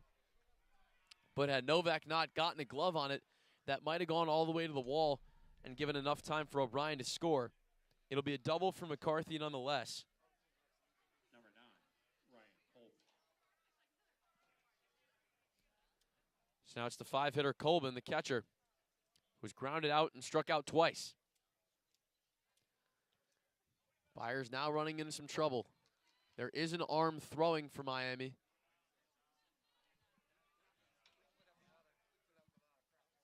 Looks like it's Austin Bergeron, but no promises. It is Austin Bergeron. Thank you for turning around and letting me see your number. So after a quick shoe tying break for Gavin O'Brien on third base, we're ready to go. Colbin will climb in. With second and third, the tying run is 90 feet away. The go-ahead run, 180. More like 175 with what is a pretty big lead on second base. He's not getting checked. Is McCarthy, as Colbin fouls that one away. For 0-1.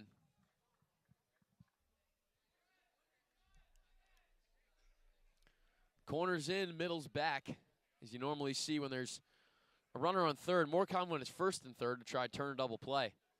But it's still what we have here. The 0-1 line into left field. That's a base hit. It falls. 1 run scores. Here comes the second. Relay to the plate will not get there. It's cut off. Krapinski cuts it off. 2 runs scored. And UMass retakes the lead, 8-7.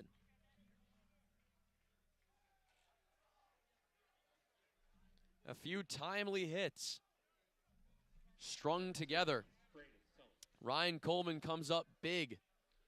And now they're starting to knock around Carson Byers a little bit in their second time seeing him. For some of these, the third time. O'Brien, McCarthy, and Coleman, it's all been their third time. But Tirado and Bonnier just their second. Because now there will be a quick conference between Rather Gonzalez and Byers. So they include the shortstop in their conversation. None of the other infielders come in, but now it is broken up. So it's the six-hitter Sullivan, who homered in the first, singled in the third, struck out in the sixth. But now has a chance to continue this for UMass. In response to Miami's 4 spot, they've got 3 of their own so far, and there's only 1 out.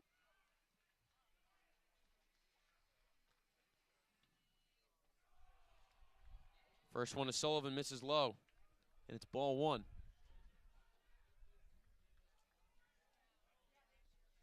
Not a long lead for Colbin. Byers has got a good pickoff move. Misses again, 2-0.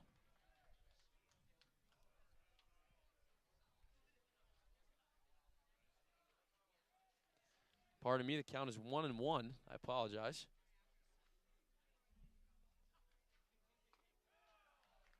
That misses outside, now 2-1. Some late strike calls from Ron Whiting. So I apologize for that, but now we've got it right. 2-1. Sullivan flies this into short left field. Novak sprinting onto it. Makes the sliding catch, and yet another one.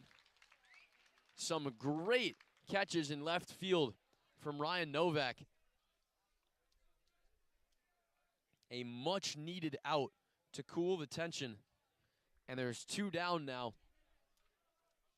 for Ty Fox, who is 1 for 3. A line out, a strikeout, and then he doubled in the 6th, but was stranded at second.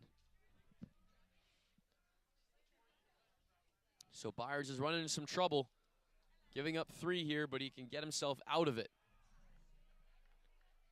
With now 2 outs and just a runner on first, Fox takes ball 1. It's getting chilly here still. The wind is down, but I'm still a little chilly as that is fouled away by Fox. I don't know, I looked at the weather, it said it was going to be 65, so I thought it'd be okay. Even though I was outside, but it is a little nippy, just a little bit.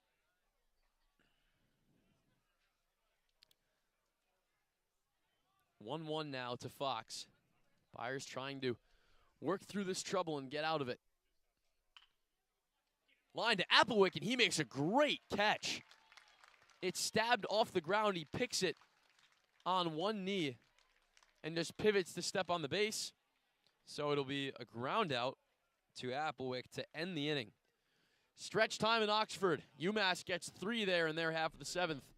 They'll take the lead 8-7 going into the bottom of the inning.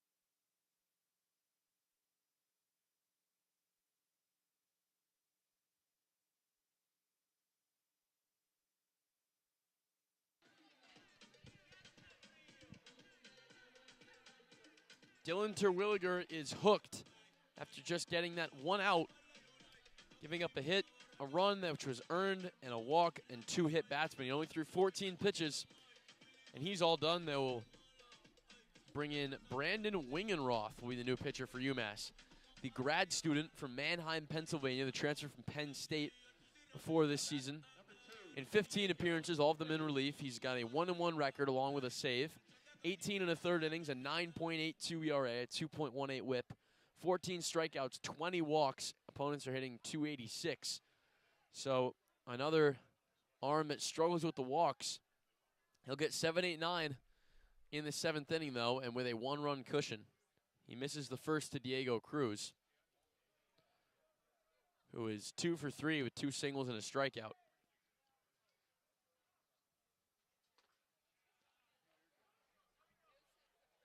The 1-0 is in there, though.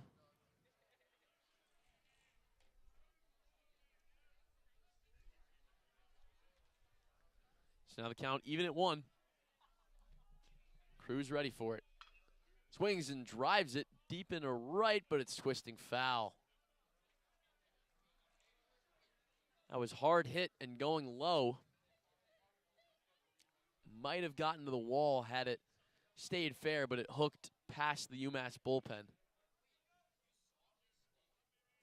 Bergeron's still loosening in the Miami bullpen, so it will presumably be him to come out for the 8th. And Cruz is hit. Right on the hand. He's shaking his hand out. That's a tough place to get hit, especially on his throwing hand.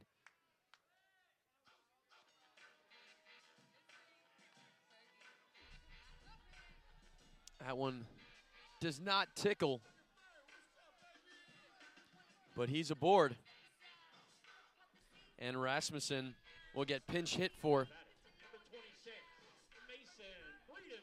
It's going to be Mason Breedenbach.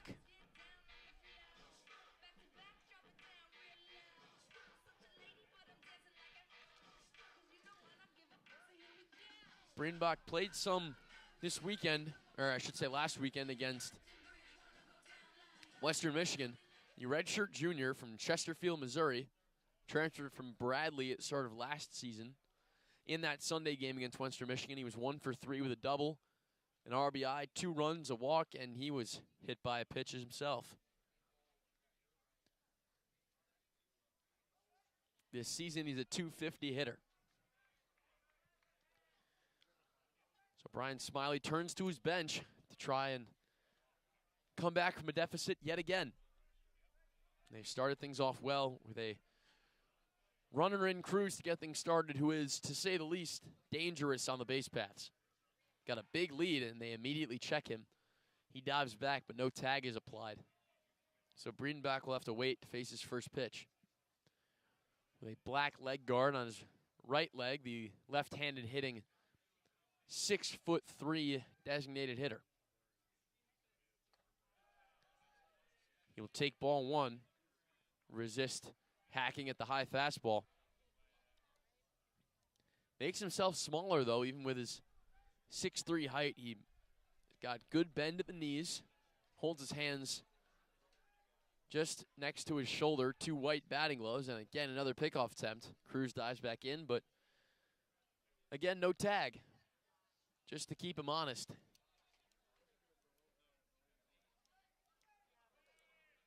He has already stolen 1 base today, as has Marcus Dirks.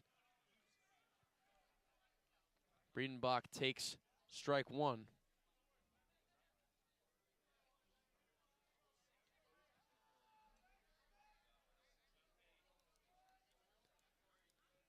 An .841 OPS for Breedenbach at another pickoff attempt. This time a tag applied, but not in time. 1 home run and 14 RBIs. Has not seen any field action. He's only appeared as a designated hitter.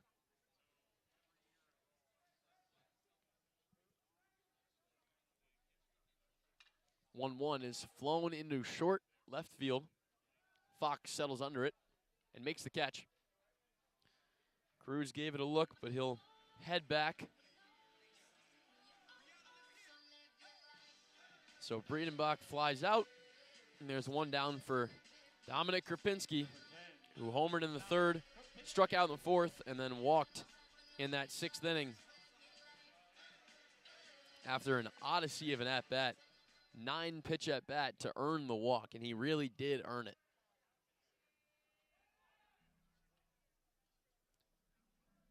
Another pickoff attempt. They are very, very careful with Cruz. That's already the 4th that they've tried. So Krupinski waits for his first pitch, and it's another pickoff attempt. That one closer, but Cruz still in safely.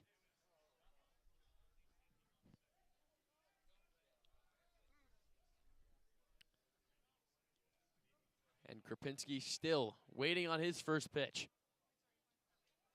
Here it is. Takes ball 1.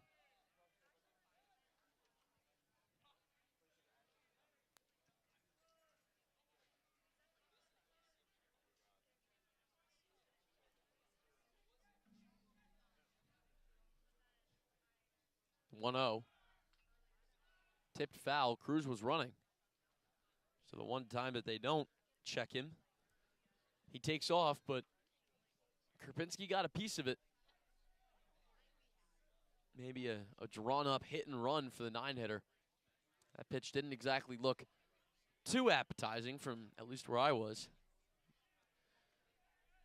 But he swung away and got a piece of it. So now you wonder if Cruz will go on the 1-1 here. Another pickoff. And again, unsuccessful. No dive even needed this time. Cruz goes back in standing up, which tells you he may be staying put for the time being.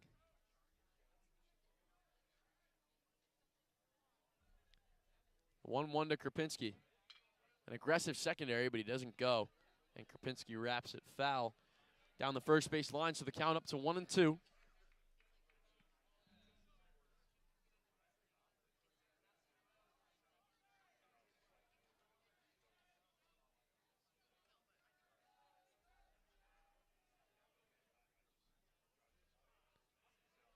Krupinski waits for the 1-2. Here it comes. Misses high. 2-2.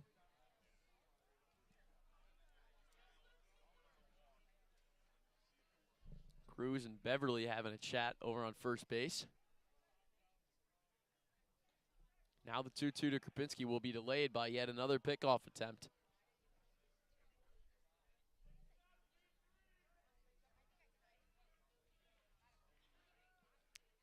Say it again, with a dangerous runner like Cruz, you can never be too careful. And another, this one gets away. The armor finally cracks. Cruz goes to second, he's rounding second, he's going for third. And he slides in, he could have got there standing up. The throw got away from the first baseman, Beverly, and nestled itself into a little crevice in the right side fence down by the gate of the bullpen. It wasn't stuck, so Beverly didn't put his hands up. Looked like he might have just bobbled it at the first time of asking to pick it up. Cruz didn't even look. He was hammering around second base. He advances 2 bases on what will probably be an E1. Krupinski now grounds that to the shortstop. The throw to the plate, not in time. Cruz is safe. Travisano's throw is not in time. They may look at it. The umpires come to conference immediately. It looked like the throw beat him to the spot, but was the tag applied in time? I'm not sure. Call on the field is safe. So that will be an error by the pitcher. Will be an E1, which allowed Cruz to go over to third. So it was a pretty standard ground ball to shortstop Travisano. It will get reviewed. UMass calls for the challenge. So they will look at it. Both challenge calls so far have resulted in confirmations. So no call has been overturned yet today.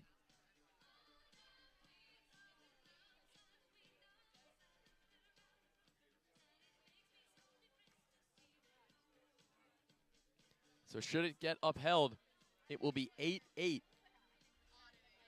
with Krupinski on first and 1 out.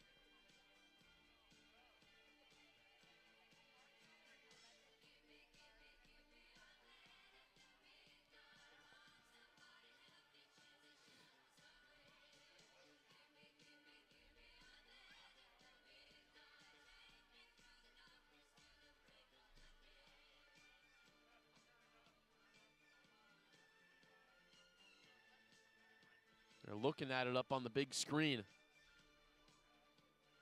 The throw definitely beat Cruz to the plate. That's not a question. It's whether or not he got the tag on him.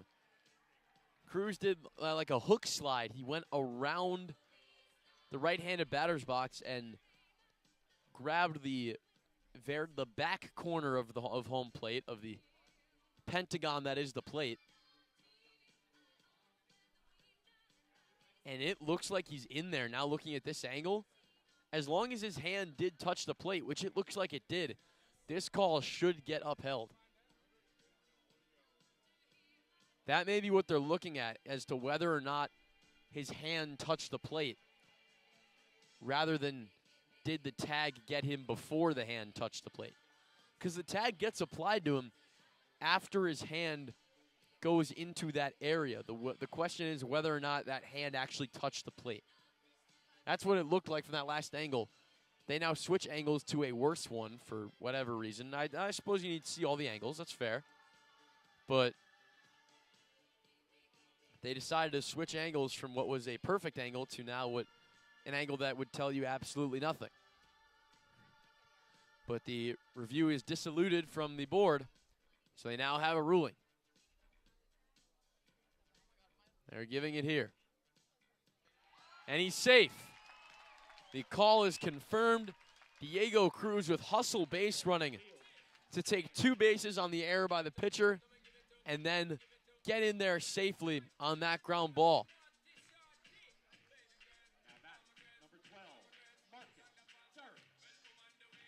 And that is how you take over a game and put it on cruise control.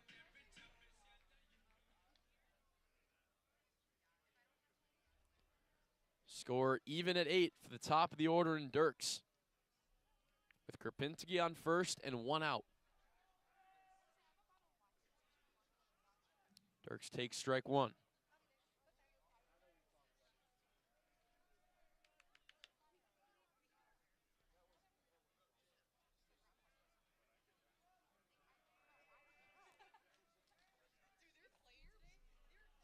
And Dirks swings through strikes 2.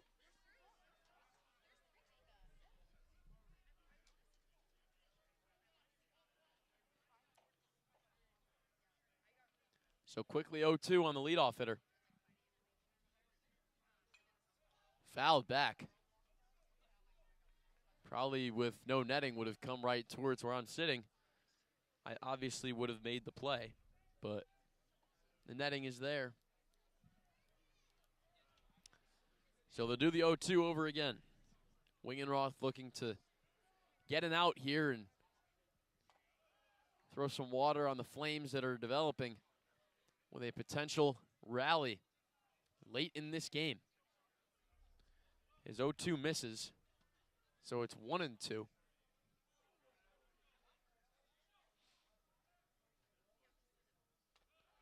And that misses outside as well. So 2-2.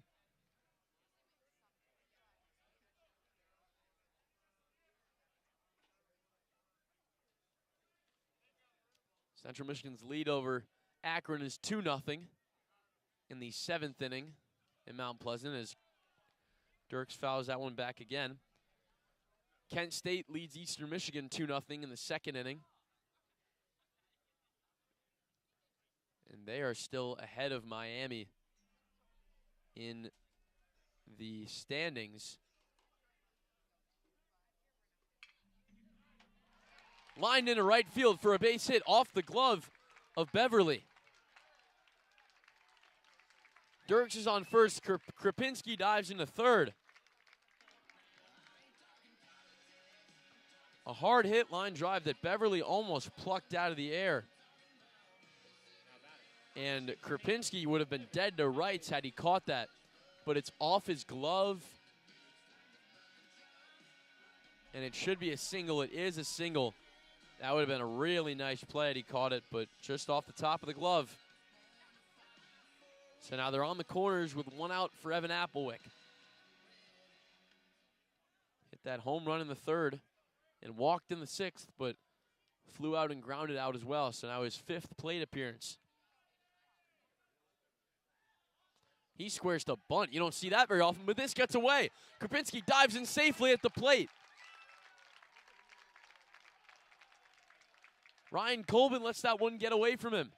A low pitch that he tried to block. It skips away towards the UMass dugout. Krupinski didn't need to die. That was how far away that went and how quick he is. But he gets in safely. Dirks advances to second, and Miami retakes the lead, 9-8.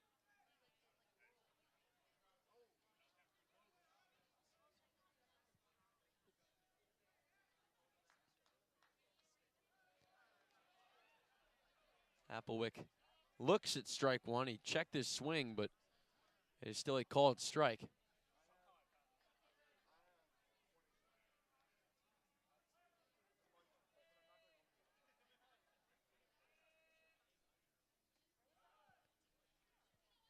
Lets ball two go by. So it's 2-1. As he squared to bunt on that wild pitch, but pulled it back when he saw it was going low. And he looks at ball three. So an ever-selective hitter now has a hitter's count, 3-1. Kent State is 20-7 in the conference. Northern Illinois and Miami both 19-8, but NIU has got the edge over Miami because they swept them into Calb. Applewick draws the walk, ball four. So the bases are loaded for Tommy Harrison.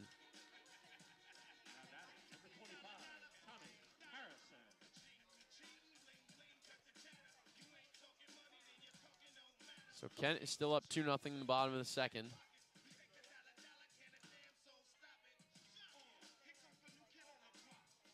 Ball State is up 1-0 on Northern Illinois in the third. And Toledo's got a non-conference game against Butler. That one's 0-0 in the third.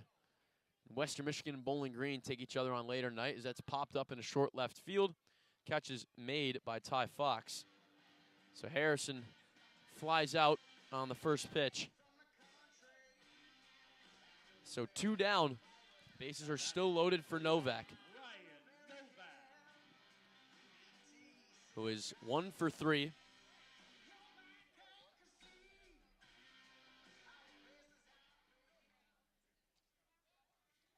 Toledo is 1 game back of Miami and Northern Illinois, and 2 games in front of Western Michigan. UMass, since Ball State will be the last team in to the conference tournament, UMass find themselves 2 games back. So definitely a conflict of interest, not just in this contest, but in the Ball State Northern Illinois game, as that is wrapped down the first base line, but foul. So quickly 0-2 on Novak.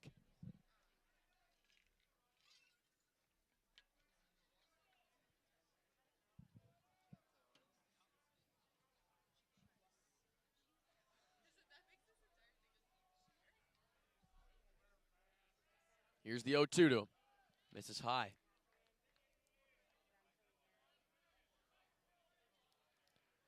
So it's 1-2.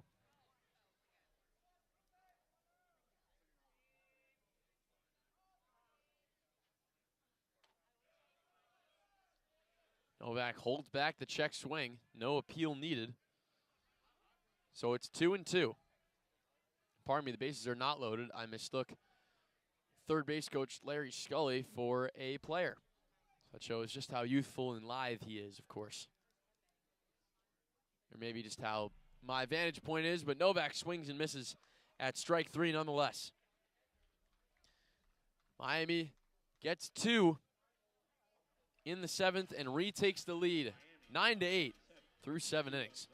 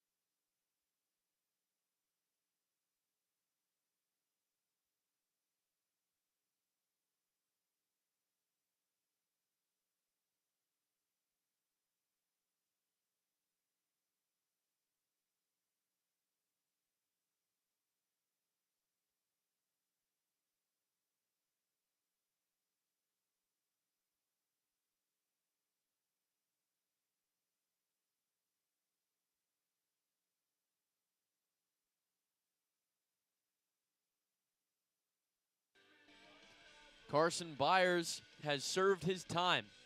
5 innings, 7 hits, 4 runs, 3 of them earned, 1 walk, 6 Ks on 82 pitches. Turning this game around after Zach Sohosky's start went haywire. But he has done what he needs to do, even though he ran into some trouble in that last frame, giving up 3 runs. Austin Bergeron will come in with the task of getting 6 outs and winning this game. Bergeron, the senior from Olathe, Kansas. Johnston County Community College transfer 2 seasons ago. He gets 8-9-1. He'll start Beverly off with a strike. Bergeron in the last game against Western Michigan threw 66 pitches, which is much more than he usually throws in a standard outing. He's been the closer of sorts for this team as ball 1 misses low. But he went 1 2/3, giving up 4 hits, 4 runs, all of them earned, 2 Ks, 4 walks. So he struggled with the walk, which he doesn't normally do, and ended up taking the loss in that game. The Broncos took that one 11-10. He misses on the 1-1, so it's 2-1. But on the season, in 19 appearances, all in relief, he's 2-4 with 6 saves, 36 1/3 innings, a 4.21 ERA, a 1.35 WHIP, and a strikeout to walk ratio of 52-12. 52 Ks, 12 walks. So that 4 walk outing out of character for him for sure. Opponent's hitting .255. But this first batter, Beverly, is taking a 3-1 count in favor of him. So now Bergeron's got to turn this one around if he doesn't want to put the leadoff man aboard. 3-1. Misses ball 4. So leadoff walk.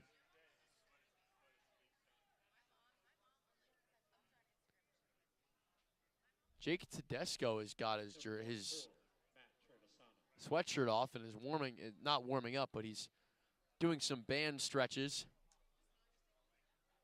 So that would maybe be who we see next should things not go well again for Bergeron.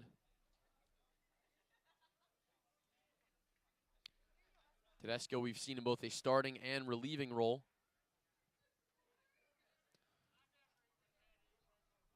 Running for UMASS, number 1. Travisano now climbs into the box, and there is a pinch runner from Massachusetts. It'll be Dean Gobel. Or pardon me, Gobale. Excuse me. I read the I as an L. It's Gobeil.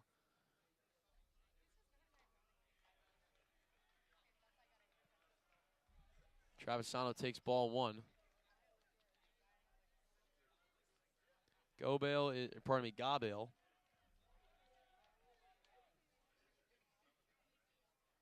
A freshman from Somerset, Massachusetts. Started the game against UMass Lowell, went 0 for 3 with 3 strikeouts and a walk. On the season, he's hitting 182 with a 763 OPS. But the focus is on Travisano, who is up in the count 1-0. Here comes the 1-0 pitch, and it's fouled away. So the count even at 1 now.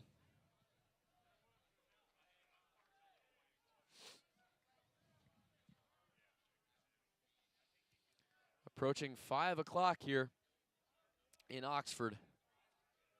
And I'm going to say it again, I really hope it doesn't start raining. Because if it does, we got a problem. Travisano hits that one away. Foul again, almost in the same spot. To get the count to 1-2.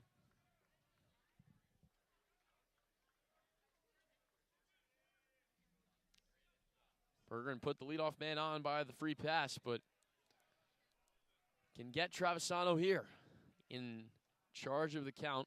The 1-2. This is tagged into the right field corner. Will it stay fair? It is going to be fair, but Harrison comes on and makes the catch. So there's 1 down.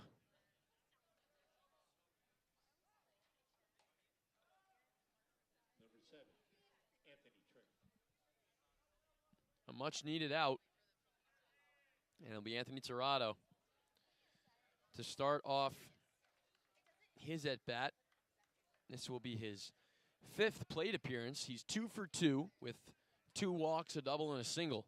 So he's reached base all 4 times, scored twice. First pitch just misses for ball 1.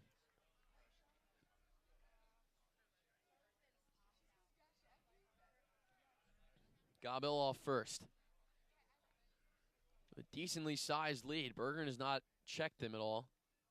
1-0 swung on and missed. Breaking ball disappears. It's 1-1.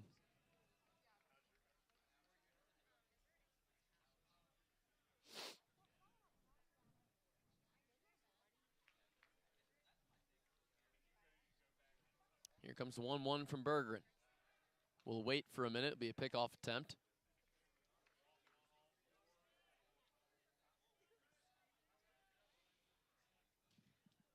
Clouds above us are mostly white. Some wisps of gray, but there is one big gray cloud. That'll be here in probably about an hour. Hopefully a little more than an hour, just in case this one keeps going. Toronto fouls that one away. So the count 1-2. A white leg guard on his lead leg, the right leg for the left-handed hitting Toronto. 2 black gloves with red accents, the UMASS red, again, whatever word you'd use for that. The 1-2 just misses out.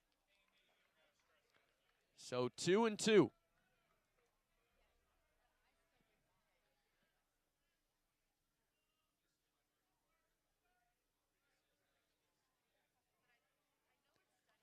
Bergeron and Tirado, the 2-2. Foul tipped into the mid, strike 3.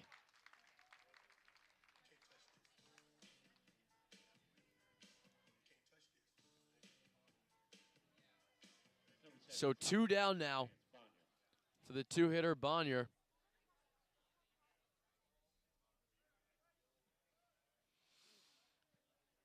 He is 0 for 4 with 4 groundouts. And Austin Bergeron would love to add a 5th to that list right now. And retire the side, move Miami another out closer to victory. Pickoff attempt to check Gobel is fruitless. Remember, he got on from the walk from Beverly, who led the inning off the 5-pitch walk, but since then a fly out and a strikeout.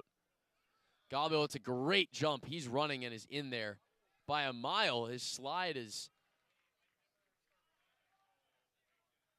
comes off the base a little bit, but the tag was still applied. He is still safe, but his slide almost took him off the base. He was able to hang on. Diego Cruz tried the hidden ball trick for a moment, but gave up the act after just a few seconds. So now it will be the 0-1 to Bonnier. Line to Applewick. He collects it on one bounce. He flips to Berggren. A complicated PFP, but a PFP nonetheless. Bonnier is retired 3-1, and that will end the top half of the 8th. The leadoff man walks, but he is stranded. Still 9-8 RedHawks.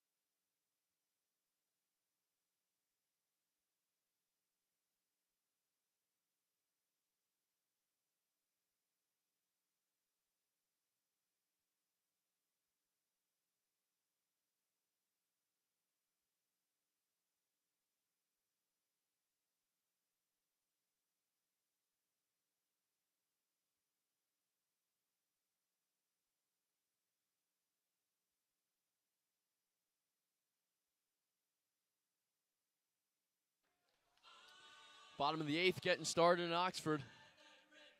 Miami still with a slim lead, 9-8. Mark Willie will come in to play first base. After Gabil had come in to pinch run, he will not stay in the lineup. Willie will take over first base and presumably also the 8th hitting spot should the order get back there. And it's still Brandon Wingenroth pitching. Starts off Carson Rather with a ball. 5, 6, 7 in the Red Hawk order. Due up. Rather takes ball 2.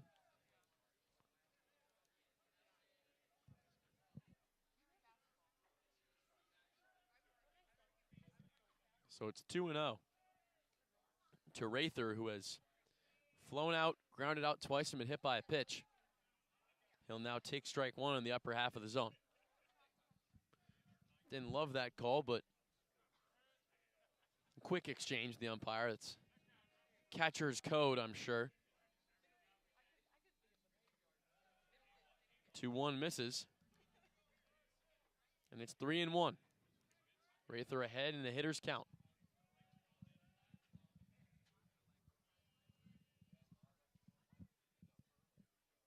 The 3-1 is lined into center field. Going back, but it's low.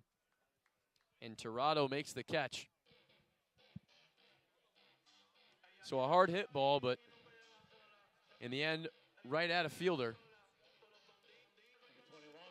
So 1 down now for Ignacio Gonzalez, who is 0 for 4 with 2 flyouts, a pop out, and a ground out.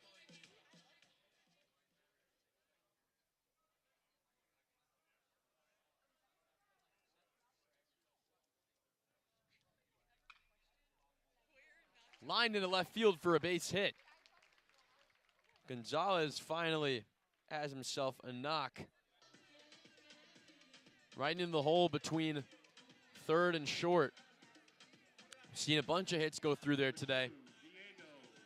And now it'll be Diego Cruz, who was hit by a pitch in the 7th inning and after some great base running, eventually came around to score. So Gonzalez on first for him. Cruz has reached base 3 times, singled twice, been hit, also struck out. He'll take ball 1.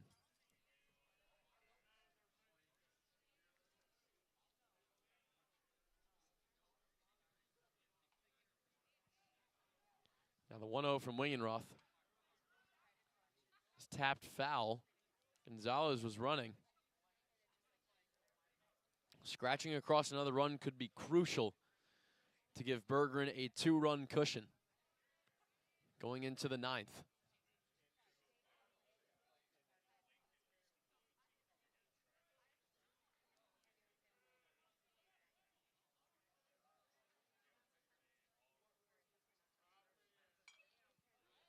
This is popped up and foul.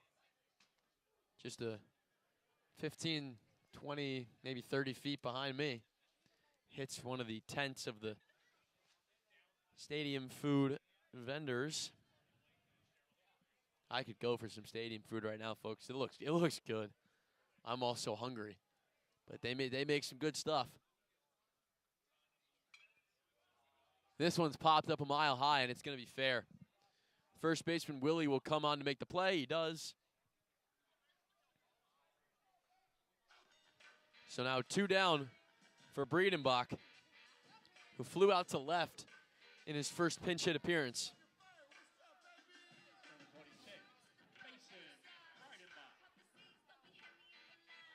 Pardon me, the correct pronunciation is Breidenbach. It's the first game that I've called that he's played in, so forgive me for that pronunciation error. They don't give us pronunciation guides. First pitch is a ball. The throw to second is not in time. Gonzalez swipes the bag after all.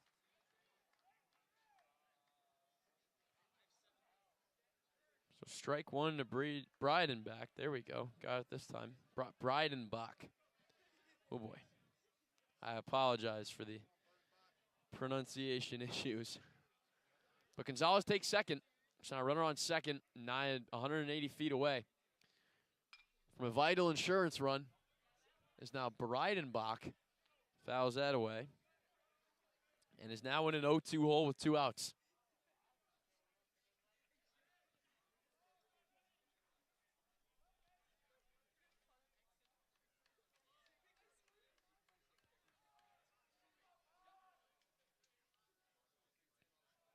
Wingenroth in control. Here's the 0-2.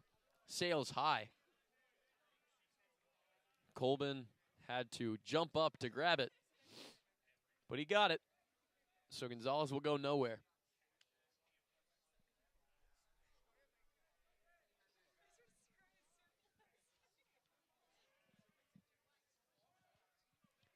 So it'll be 1-2.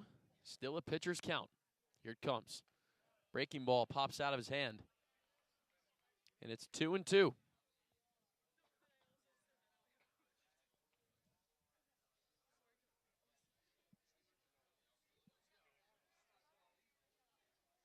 Backup catcher Matt Buffington supplying some baseballs for our umpiring crew. Buffington does get some playing time. Got some more in the beginning and the middle of the season, but now Rather is really settled in as the everyday guy.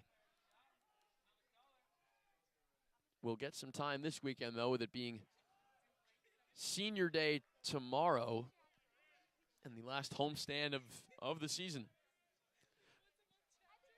Breidenbach takes ball 3. So the count is full. Here comes the payoff pitch from Wingenroth. Grounded to Willie. And it's lined to Willie, actually. I thought that had hit the ground, but it didn't. Willie catches it out of the air. It'll be a line out. And that will be all. Through 8 innings, Miami with a slim lead, 9-8. Austin Bergeron comes out for the 9th and looks to shut the door. Come back for the top of the 9th in just a moment here on Red Hawk Radio.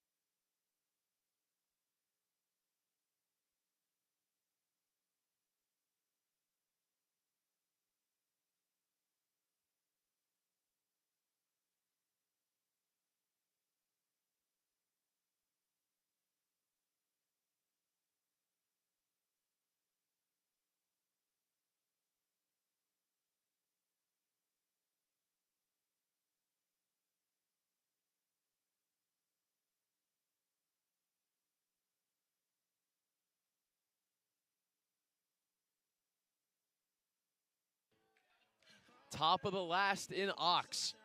Miami 9, Massachusetts 8.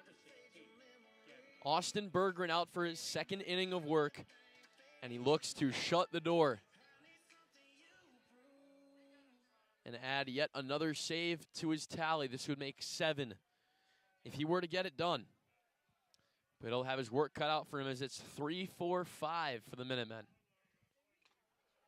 Gavin O'Brien takes a huge hack, but just foul tips it into the mitt of Carson Rather. He's got a single and a double today, scoring on both occasions to go with a strikeout and a flyout. The 0-1, tagged into center field. Dirk's going back, but he's got it. It was a lower fly ball. I'd probably call it a line out. Dirks went back, but he tracked it well, caught it right at the level of his neck, and it's 1 down, 2 to go.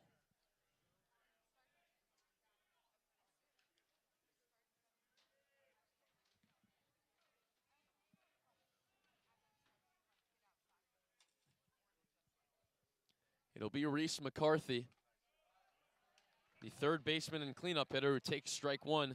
He's got 3 hits today, 2 singles and a double, scoring again on all 3 occasions. He's also got a swinging strikeout.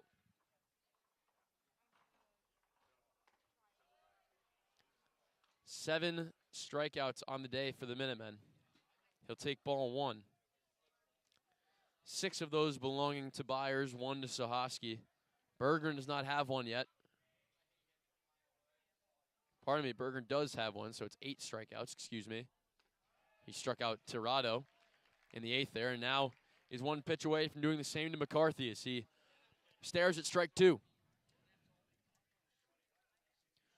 Berggren coming off that poor appearance against Western Michigan, trying to turn it around and get one here. The 1-2 to McCarthy. Just outside. McCarthy thought about the swing, but laid off it. Doesn't go around at all. So the count up to 2-2 now.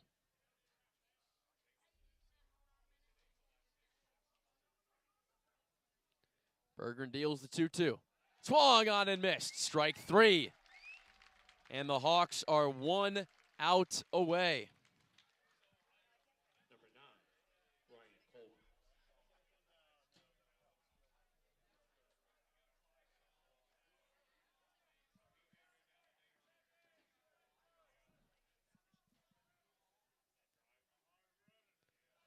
So it's going to be Ryan Colbin, the last man for the Minutemen. Berggren's first offering to him is grounded to Gonzalez on 2 hops. Makes the throw, 1 hop and 2, and that's the game. A 6-3 put out to end it. The RedHawks win it 9-8. The Cardiac Kids were down as much as 5-0 in the 3rd inning. They come back twice. They get the lead 7-6, give it up 8-7 after giving up 3 runs in the 7th inning, but then they get 2 more in their half. They win it 9-8. Austin Berggren yet again slams the door. That'll be his 7th save of the campaign. Carson Byers deserves a hand after coming in for Zach Sahoski, who had a lackluster start, just 2 innings. Byers throws 5 innings on 82 pitches, works hard through contact, through hits, faltered at the very end, giving up those runs. But the Red Hawk offense comes in big. 2 home runs from Kerpinski and Applewick. The RedHawks claim the opener of this series 9-8, and they stay in firm contention for a first-round bye in the MAC tournament.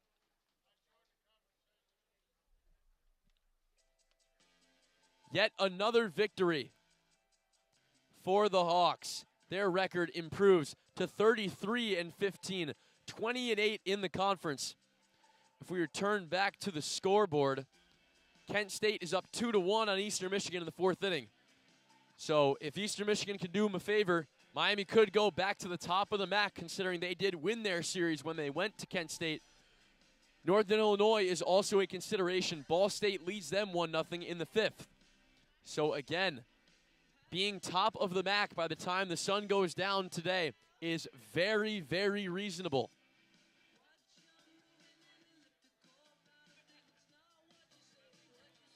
The win will go to Carson Byers. The loss will go, excuse me, the loss will go to Terwilliger. Pardon me, the loss will go to Wingenroth. Excuse me. So, Berggren, of course, records the save. Wingenroth's record will fall to 1-2. Byers' will improve to 7-1. And Berggren will pick up his 7th save of the season. That'll do it for me here on Red Hawk Radio. Jake Zirolli, I would like to thank you for listening in today to this double comeback victory. The RedHawks fight through adversity, but claim the W 9-8 over Massachusetts. Game 2 will be tomorrow at 1 o'clock, and then Game 3 will be Sunday at 1. That'll be all for me on the Red Hawk Radio channel for the rest of the year, though, so I hope everyone has a great summer, and me being a freshman, I will see you again in the fall for some football. But you'll hear from, I believe, Andrew Relvis both tomorrow and Sunday. So enjoy those two games. Be back with us. Remember, 1 o'clock both of those days. So from me, thank you very much for listening. The RedHawks claim it 9-8 and claim the first game of this series with UMASS. Thank you very much for listening, and have a great rest of your day.